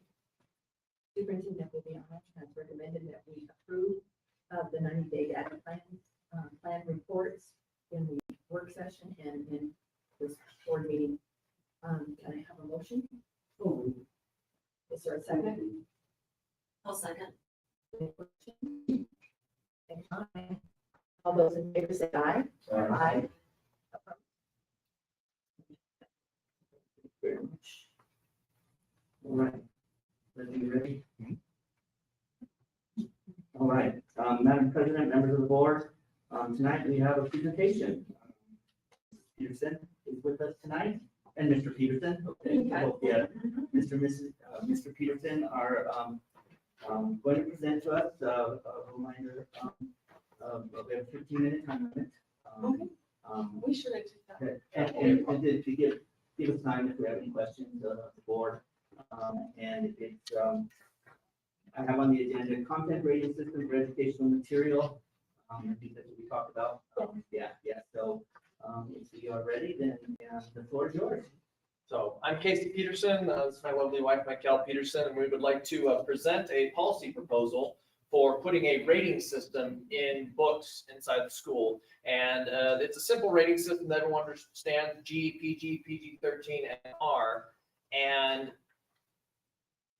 we have rating systems already here for films, movies, television, video games, apps, broadcasting. And the only reason we haven't had books up to this point is really because the difficulty of going through every single book in a library and the burden that puts on schools. But with AI now, with the simple click of a button, within 10 seconds or less, you can have a rating for every single one of these books. And we're pulling from prior legal precedents for all of this, for this policy. So you have something to point to, and we'll be done with those school board meetings that we all love so much, where parents will stand up and read an inappropriate book that they found to determine if we want to keep it or not. We have one policy to point to, and then we can simply check where it falls in that policy. And so we'd like to propose adopting this policy for the Moriarty-Edgewood School District, as well as giving written support for state legislation. Yes, I've talked with our legislators here in the area, and they are excited about this policy, and they think it might pass through the LESC. And so we're working on that front as well. And so I guess either way, it's fantastic. I'm really excited about this policy. How it came about is just like in the entertainment industry, like you said in your handout on the back, it goes through where these industries where kids are at. We already have rating systems. So in film and movies, TV, their video games even have ratings and restrictions. On our apps and mobile game stores, they're restricted by age access. And then of course in the broadcast, like on public airways. So on the FCC, on the radio, you can't say naughty words, you can't cuss, nothing sexually explicit. You can't tell a graphic or gory story during certain hours because kids might be listening. They might be exposed to this content during that time, or I could hear somebody say that on the radio. But the difference is with schools, there isn't a kids might be here, right? Schools are built for kids, around kids. They're in a school 180 days a year, and they're encouraged to read, hopefully, and obviously to check out books from the libraries and read. The question is, you know, when they're there, are those books appropriate for them by age and by content? Or are there things that they aren't ready for within their reach? So this is where a warning system or a rating system of some kind would be able to tell both them and the teachers and administrators and their parents that it is safe. So when they take that book home, they're not just looking at a cover and wondering what's inside of it. They can actually see that the librarian and the district has set definitions by standard, what is appropriate for this child's age, and building more trust between the parents and the school district, and obviously the administrators of the schools. And most of all, it keeps the child safe and only gives them content they're developmentally ready for. And obviously a rating system, I love that she talked all about data in her presentation, because this is what this is based on. All the rating systems that exist already in all these other industries are based on data and statistics. We even have criminal laws in our society around this issue that will protect kids from adults giving them harmful content. And again, we're not saying that that necessarily even exists in Moriarty-Edgewood, but we have fought this battle across the state. We have a small coalition of parents and community members, even some teachers and individuals in schools who helped us work on this policy and creating this simple rating system like they have across the board. And what we have found in other school districts, particularly obviously in Albuquerque, right next door, we found over 125 sexually explicit books that would meet the definition of over the line, of harmful to kids. In Las Cruces School District, volunteers found 95 plus sexually explicit books. In Rio Rancho, they found over 150, and we have more volunteers in more districts across New Mexico. Just saying, okay, I'll look, I'll do this work. And then when we go to talk to the school boards, or they do in their communities, a lot of times we're meant to no avail. They won't listen, they stonewall. It's I guess inconsistent at best. And so what we're hoping for is to be able to pass a policy at either the school board levels or at the state level that just creates consistent standards across the board. So there's no more book banners showing up reading bad books, or further exposing kids to that content, however. And then that content's not on the shelf when they go to grab it. It's gone through a systemized process of rating it. Yeah, we've had parents, just real quick, we have parents challenge books that were egregious. We have books challenged that would clearly fall within acceptable for the standard. So this again sets that standard, so we can sort that out. Well, and the reason we keep going, and we came up with this policy and we came to present to you, and I'll go to every school district in New Mexico and fight the legislation, is because we just want consistent standards, because we're morally obligated as the adults in these children's lives, that no matter where they're at, whether it's at home, and we're checking the rating system on their Netflix and saying, oh, this has very inappropriate sexual content in here, you can't watch that movie. Same thing in a book, right? Kids are here again 180 days of the year. It's our job and our responsibility, when we know there's harm, to prevent kids from being exposed. And this issue isn't going away. Like we said, it's a national issue, but it's an issue here in New Mexico, like I explained. And we just want to get back to, I guess, educating the kids, get back to those beautiful part of the Pinto goals, and make sure that everybody's on the same page. Obviously, you as a school board have control over the content policies in your district. You approve the curriculum, you authorize library purchases, you determine what supplemental content is allowed, I presume. From the top to the bottom, a systemized restriction just based on definitions and standards would simplify it for everyone, from teachers to parents, and all of it to protect the kids. So again, just want to propose this, adopting this as a policy here and being that sort of leader, that torchbearer that I know Moriarty has the moral character for, as well as writing some written support for state legislation, because this is obviously needed at a state level. If you guys care about not just protecting kids here, but protecting kids throughout the state of New Mexico, which is kind of common sense. And thank goodness that AI has finally given us the technology to implement a rating system and put this issue to rest once and for all.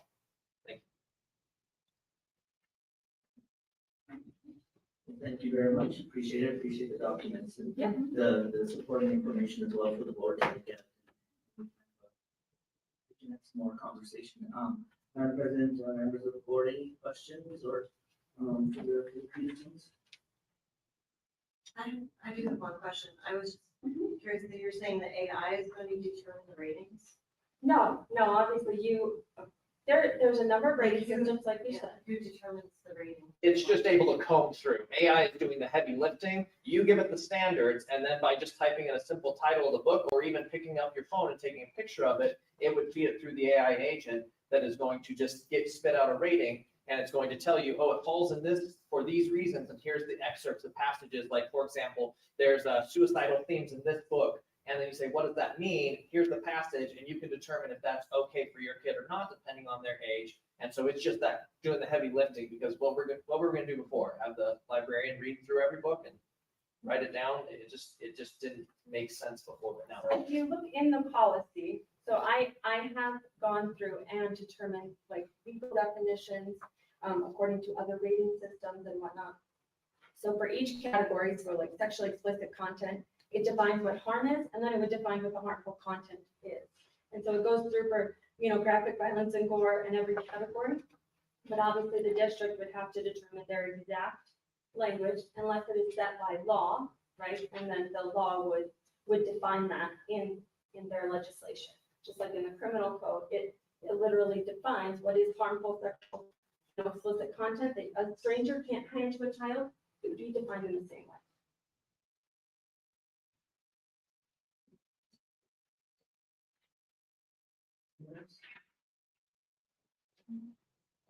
Well, thank you for taking the time tonight and presenting to us. Thank you. Yeah, thank you. Thank you very much.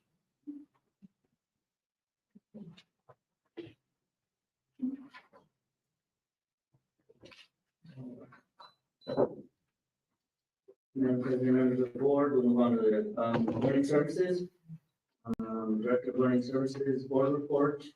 Any questions for Mr. Gastonbeatty or Mr. Gastonbeatty? Any updates that you submitted to report? Thank you. Have a good night. Thank Have a good night. you. Mr. Gastonbeatty? Good job. All right, we will move to Student Support Services, Director of Student Support Services, Ms. Ortiz. Any questions or anything you want to point out on her report, or Ms. Ortiz, anything to update us that you submitted? No updates, okay. I have a question. I was curious, do you know what the percentage of special ed is in the school district? About 20%. It's 20.6 or 4. I just did the math a little while ago. I was just curious, because I remember one year where we were, we probably remember as well, where we got dinged for funding. I think it was in our Title I, I believe, because they said we were over identifying autism. And that we needed to cure it. Madam President, So I was just curious. I remember that, and it was like Yeah, were we so close? male students, yeah, we had some reports and stuff. A small number, but it was an over-reporting, they said. Yeah. So we're good. Okay. Yeah. Sure, we're meeting the needs for those kids. I was also curious though, are we actively sharing the IEPs with teachers since the school year started? Or do parents still have to request that? Madam President, members of the board, we do share. That's a standard. They should be sharing. They call it's an IEP at a glance, which kind of summarizes the IEP in 2 short pages that should be shared with every teacher. We now have to have wet signatures of teachers that receive those documents at the beginning of the year and at every IEP that's renewed throughout the year. I feel like that's very important, especially to your 90-day plans, and you're trying to have growth, and it kind of stalls that out if you don't know how to work with a student. So, and if there's a paper there that tells you exactly how to work with that student that a group put together in that child's interest, and you really should be.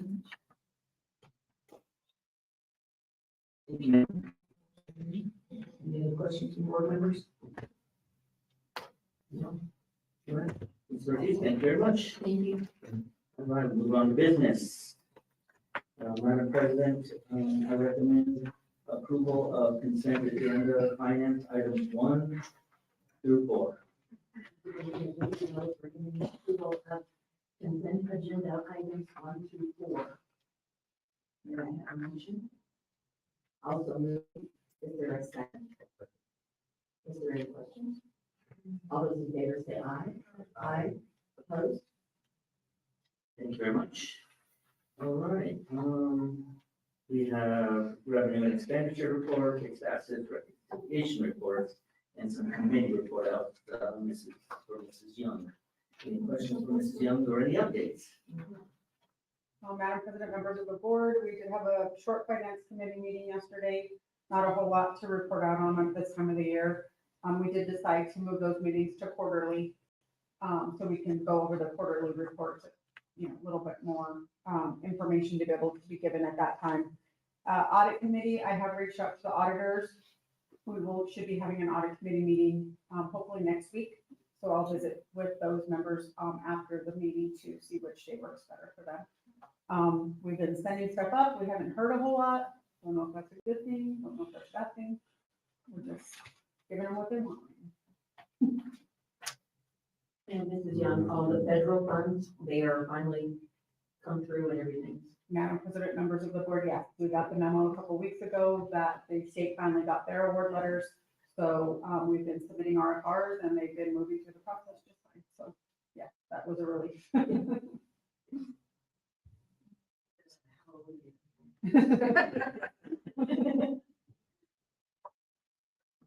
Any other questions for that?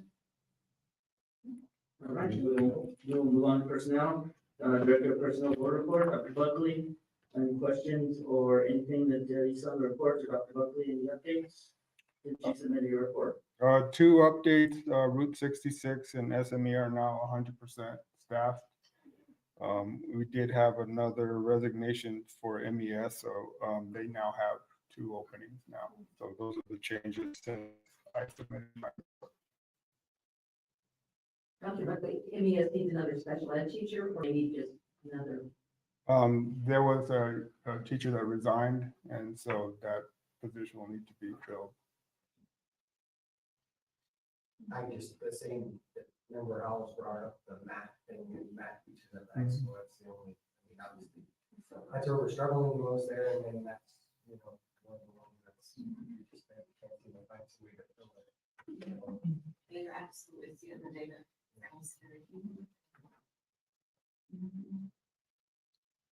Yeah, it's, we'll, Madam President, members of the board, doing our best to recruit and, we're in a bind right now with, fingers crossed, and I know it's 2 months down, but there's always those December graduates from universities and students, we have had in the past where we've had someone graduate with a science degree, but they still can take their alternate license and be a math teacher. They've done that for us, some engineers, and some others. So, I think it's the season, Dr. Buckley, for job fairs are starting to come up. Yeah, job fairs. So we'll be doing that. Yeah, very good. All right, anything else for Dr. Buckley? No, all right, thank you, sir. All right, moving on to support services, special projects, and other items. Mr. Lyons here with us. Any questions for transportation? And Mr. Lyons, or do you have any updates you'd like to report out? Madam President, members of the board, as far as personnel goes, we are understaffed, as we have been in past years. Since I started in July, we have gone through a huge change management curve. It's not just a short staffing issue with transportation, which not only student transportation, everyone who has a CDL is in shortage at this moment. But student transportation is difficult. This is a difficult position to fill. The hours are irregular, and to get that right person is very difficult. And then on top of that, we have been very accountable. We've been holding our employees very engaged. We've gone through a lot of regulation that was misused in the past. And then now we're going through student discipline and driver performance as well to make sure that those standards are raised. And that has held a lot of accountability towards employees that have not been there in the past. And that has, for lack of better terms, scared some drivers off. But we've managed to do that. We have looked at some routes that were in and of themselves underperforming. We had a couple of buses that were running at like 40% capacity. So we cut those buses altogether, consolidated those so that students don't miss out on their transportation opportunity, but those buses were absorbed on other buses that had what we need. So we moved from that 40% capacity up to now our minimum is about 65% capacity, which is a lot better. My goal is somewhere near 85, but we're getting there eventually. August was a slow month as far as applicants and stuff like that. So we don't have a current CDO class, but we do have 4 new CDO class members that are starting this upcoming Monday. So we do have we are 6 short at the moment with 4 new trainees coming on starting Monday. Mr. Lyon, how long does it take from when they start that program to It roughly 4 weeks. It is a self-placed, the hour requirement is about 60 hours worth of time, but it's also showing proficiency. At the end of that is the CDL exam. So that time is the minimum requirement for that. But we also want to make sure that that person is ready to get behind the wheel and ready to carry students. So we make sure that they show proficiency. So about 4 weeks. Okay, thank you. Once we get to the all the people trained in, what would it take to keep them here? I've seen them get trained. Maybe. Correct. I've had some difficult conversations with, I've got some feedback from the employees themselves. Some of that, the biggest feedback I get is pay. We offer $22.50 an hour, but we don't offer a 40-hour work week for drivers. So that's the difficult part. So it's really in and of itself a part-time job. We can really guarantee about 25 hours at the minimum. So if we could find a way to get creative and get people closer to that 40-hour mark, or compensate in a way that matches a 40-hour work week at that rate. Those are some things to talk about. That's a tough question. I know that we've been looking at people and that we have one thing that has not been enforced in the past is we do have a 1 year with the district requirement that employees sign when they go through the CDL training. In the past, that has not been enforced. We have currently one that went through CDL training and is now decided to not work with us anymore. And we held that person accountable to repaying the cost of that training, which comes out to about $1,200. Right. Thank you. All right.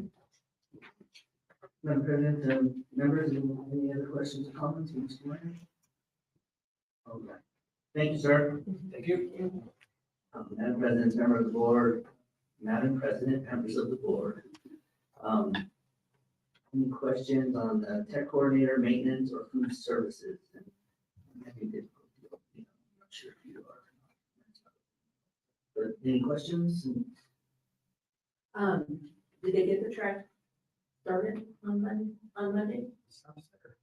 Is it? They start, Madam President, members of the board, they did, yesterday's Monday, right? Monday, So, yeah. they deliver all the material. They started some preliminary work, yesterday, about 5:30, and they had to like release some, for the lack of term, oil, you know, they're moving along, Natalie, did you see them moving along today? Laying that down? Yes, sir. Yeah, and they know they have a deadline for our next, home football game, which is a month from now. And the only other game right now that was gonna be affected is a JV football game that was moved to Santa Fe, instead of us playing here. Yeah. Thank you. Mhm. Any other questions? Good, all right. And Madam President, members of the board, we will move to out-of-state travel. We do have, a request that we were, given at the beginning of our agenda. But this was in your packet and it is on the agenda. So the first one is out-of-state travel. So I recommend approval of, out-of-state travel for the, Moriarty High School FFA livestock judging team. Travel to Kansas City for the American Royal to represent New Mexico, on October 17th through the 20th, 2025. Superintendent Viviano is recommending approval of the MHS FFA livestock judging team, which will travel to Kansas City for the American Royal to represent New Mexico, from October 17th to the 20th. Are there any questions? If not, may I have a motion? A second? I'll second. All those in favor say aye. Aye. Opposed?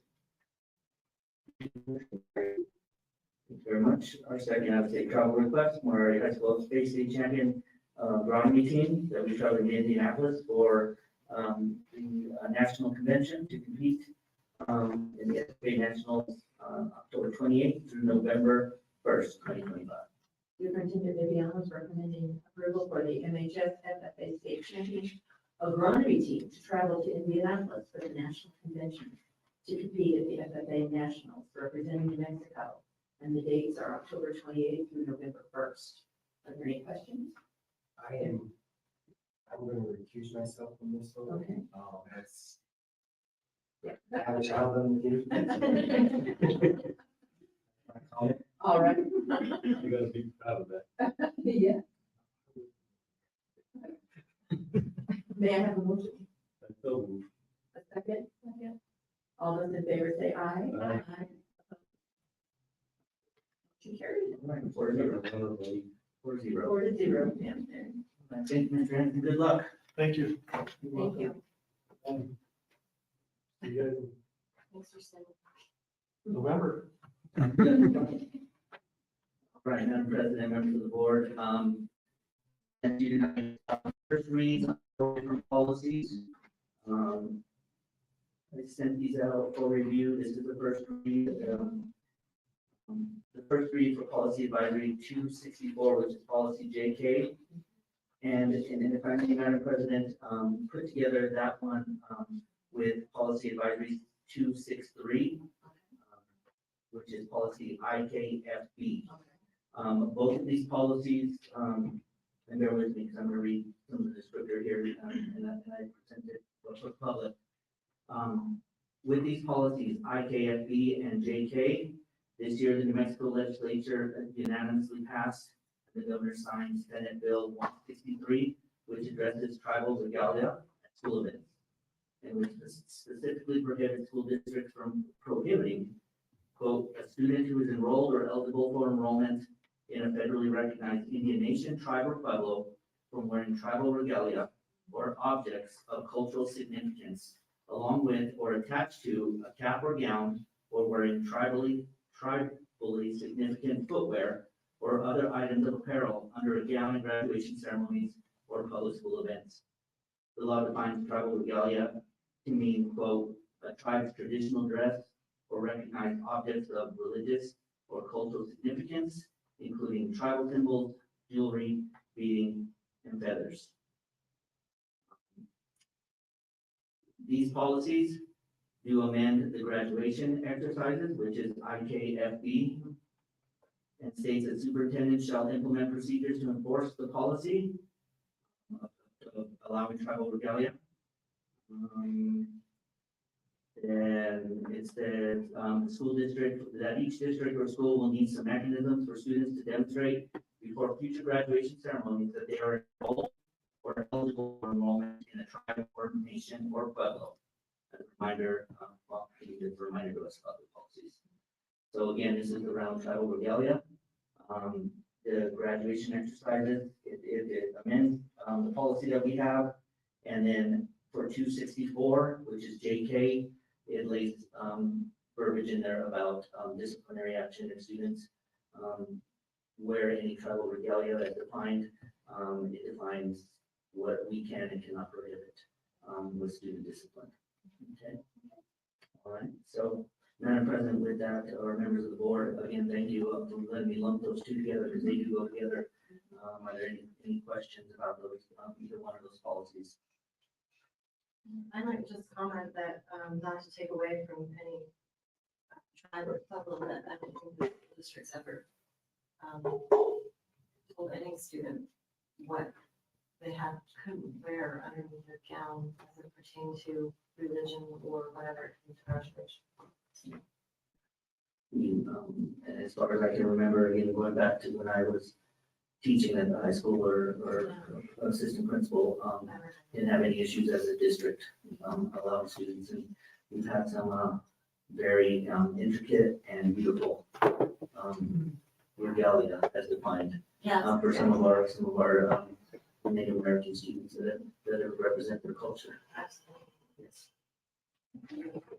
All right, Madam President, we'll move into first read policy advisory 265. This is EBC.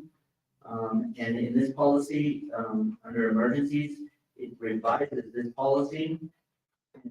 In the section at the bottom of the policy, it just shows a reference to what is a new policy, the long one, JLTEC. So JLTEC, cardiac emergency response plan, automated external defibrillators, that we adhere to House Bill 154 and the policy that I presented to you be adopted in accordance to that House Bill that was passed.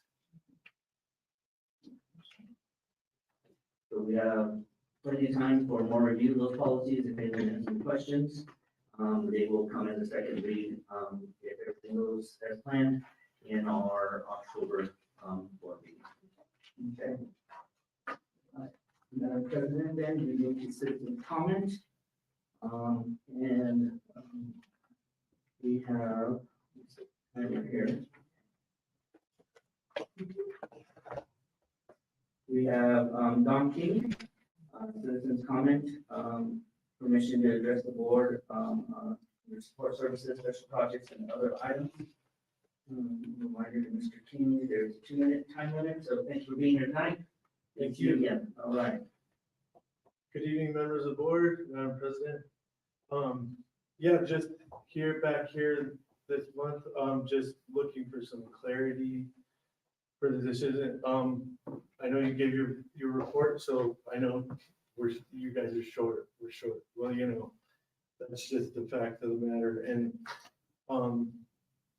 you know, just wanting some clarity so I can share with all of the families that we all serve, because I don't think there's still a lot of questions still unanswered about some of the elimination of certain bus stops, and specifically ours. And was it, I know Mr. Lyman said, you know, was it truly a directive from PD? Is this directed, or, you know, was it your school district? I know you had to make some adjustment, try to make it more efficient for you guys. But what was the process used to review the eligibility and determine which stops were eliminated and which buses were eliminated and things like that? And why was the change communicated after school had already started, giving not much time for families to adjust? So I've kept my promise, and the temporary solution, getting the kids to school, helping with the attendance, you know, I've been we've been working hard and it's not an easy feat, as you know. Yeah, just wanted to ask the board to provide a clear written explanation on how the decisions were made and which authority guided it. So, thank you. Thank you. Thank you. Madam President, members of the board, moving to advanced planning. I listed 5 items, trying to capture some of the bigger picture items that are moving forward, for our next board meeting, which is October 21st. Number 1, on September 30th. If you don't have an answer today, think about it, and get an answer to Kat, so we can RSVP for our 2025 fall Region 4 meeting that's going to be in Albuquerque. So a little closer. I think we hosted fall last year, which was really nice. But we won't be going to Magdalena or anything. That's right now. So let us know about that. We do not have any school pro temp that is a fall break. Homecoming. The homecoming game is the 17th. The homecoming parade is the 18th. But there's also many other activities that are going on the calendar that we share, and I share with you on the and 2025 regular school board meeting. The homecoming dance will also be on the 18th. The homecoming parade and the homecoming dance will be on the 18th. Yes, ma'am. Right. And with that, I'm sorry.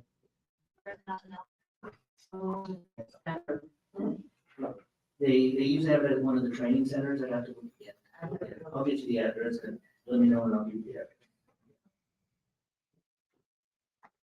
Oh, that, you're right. So I apologize. Remember how this year they're going to have it at the APS district building uptown. It's uptown by Coronado. Yeah. The change. Thank you. Anyone else? Anybody else?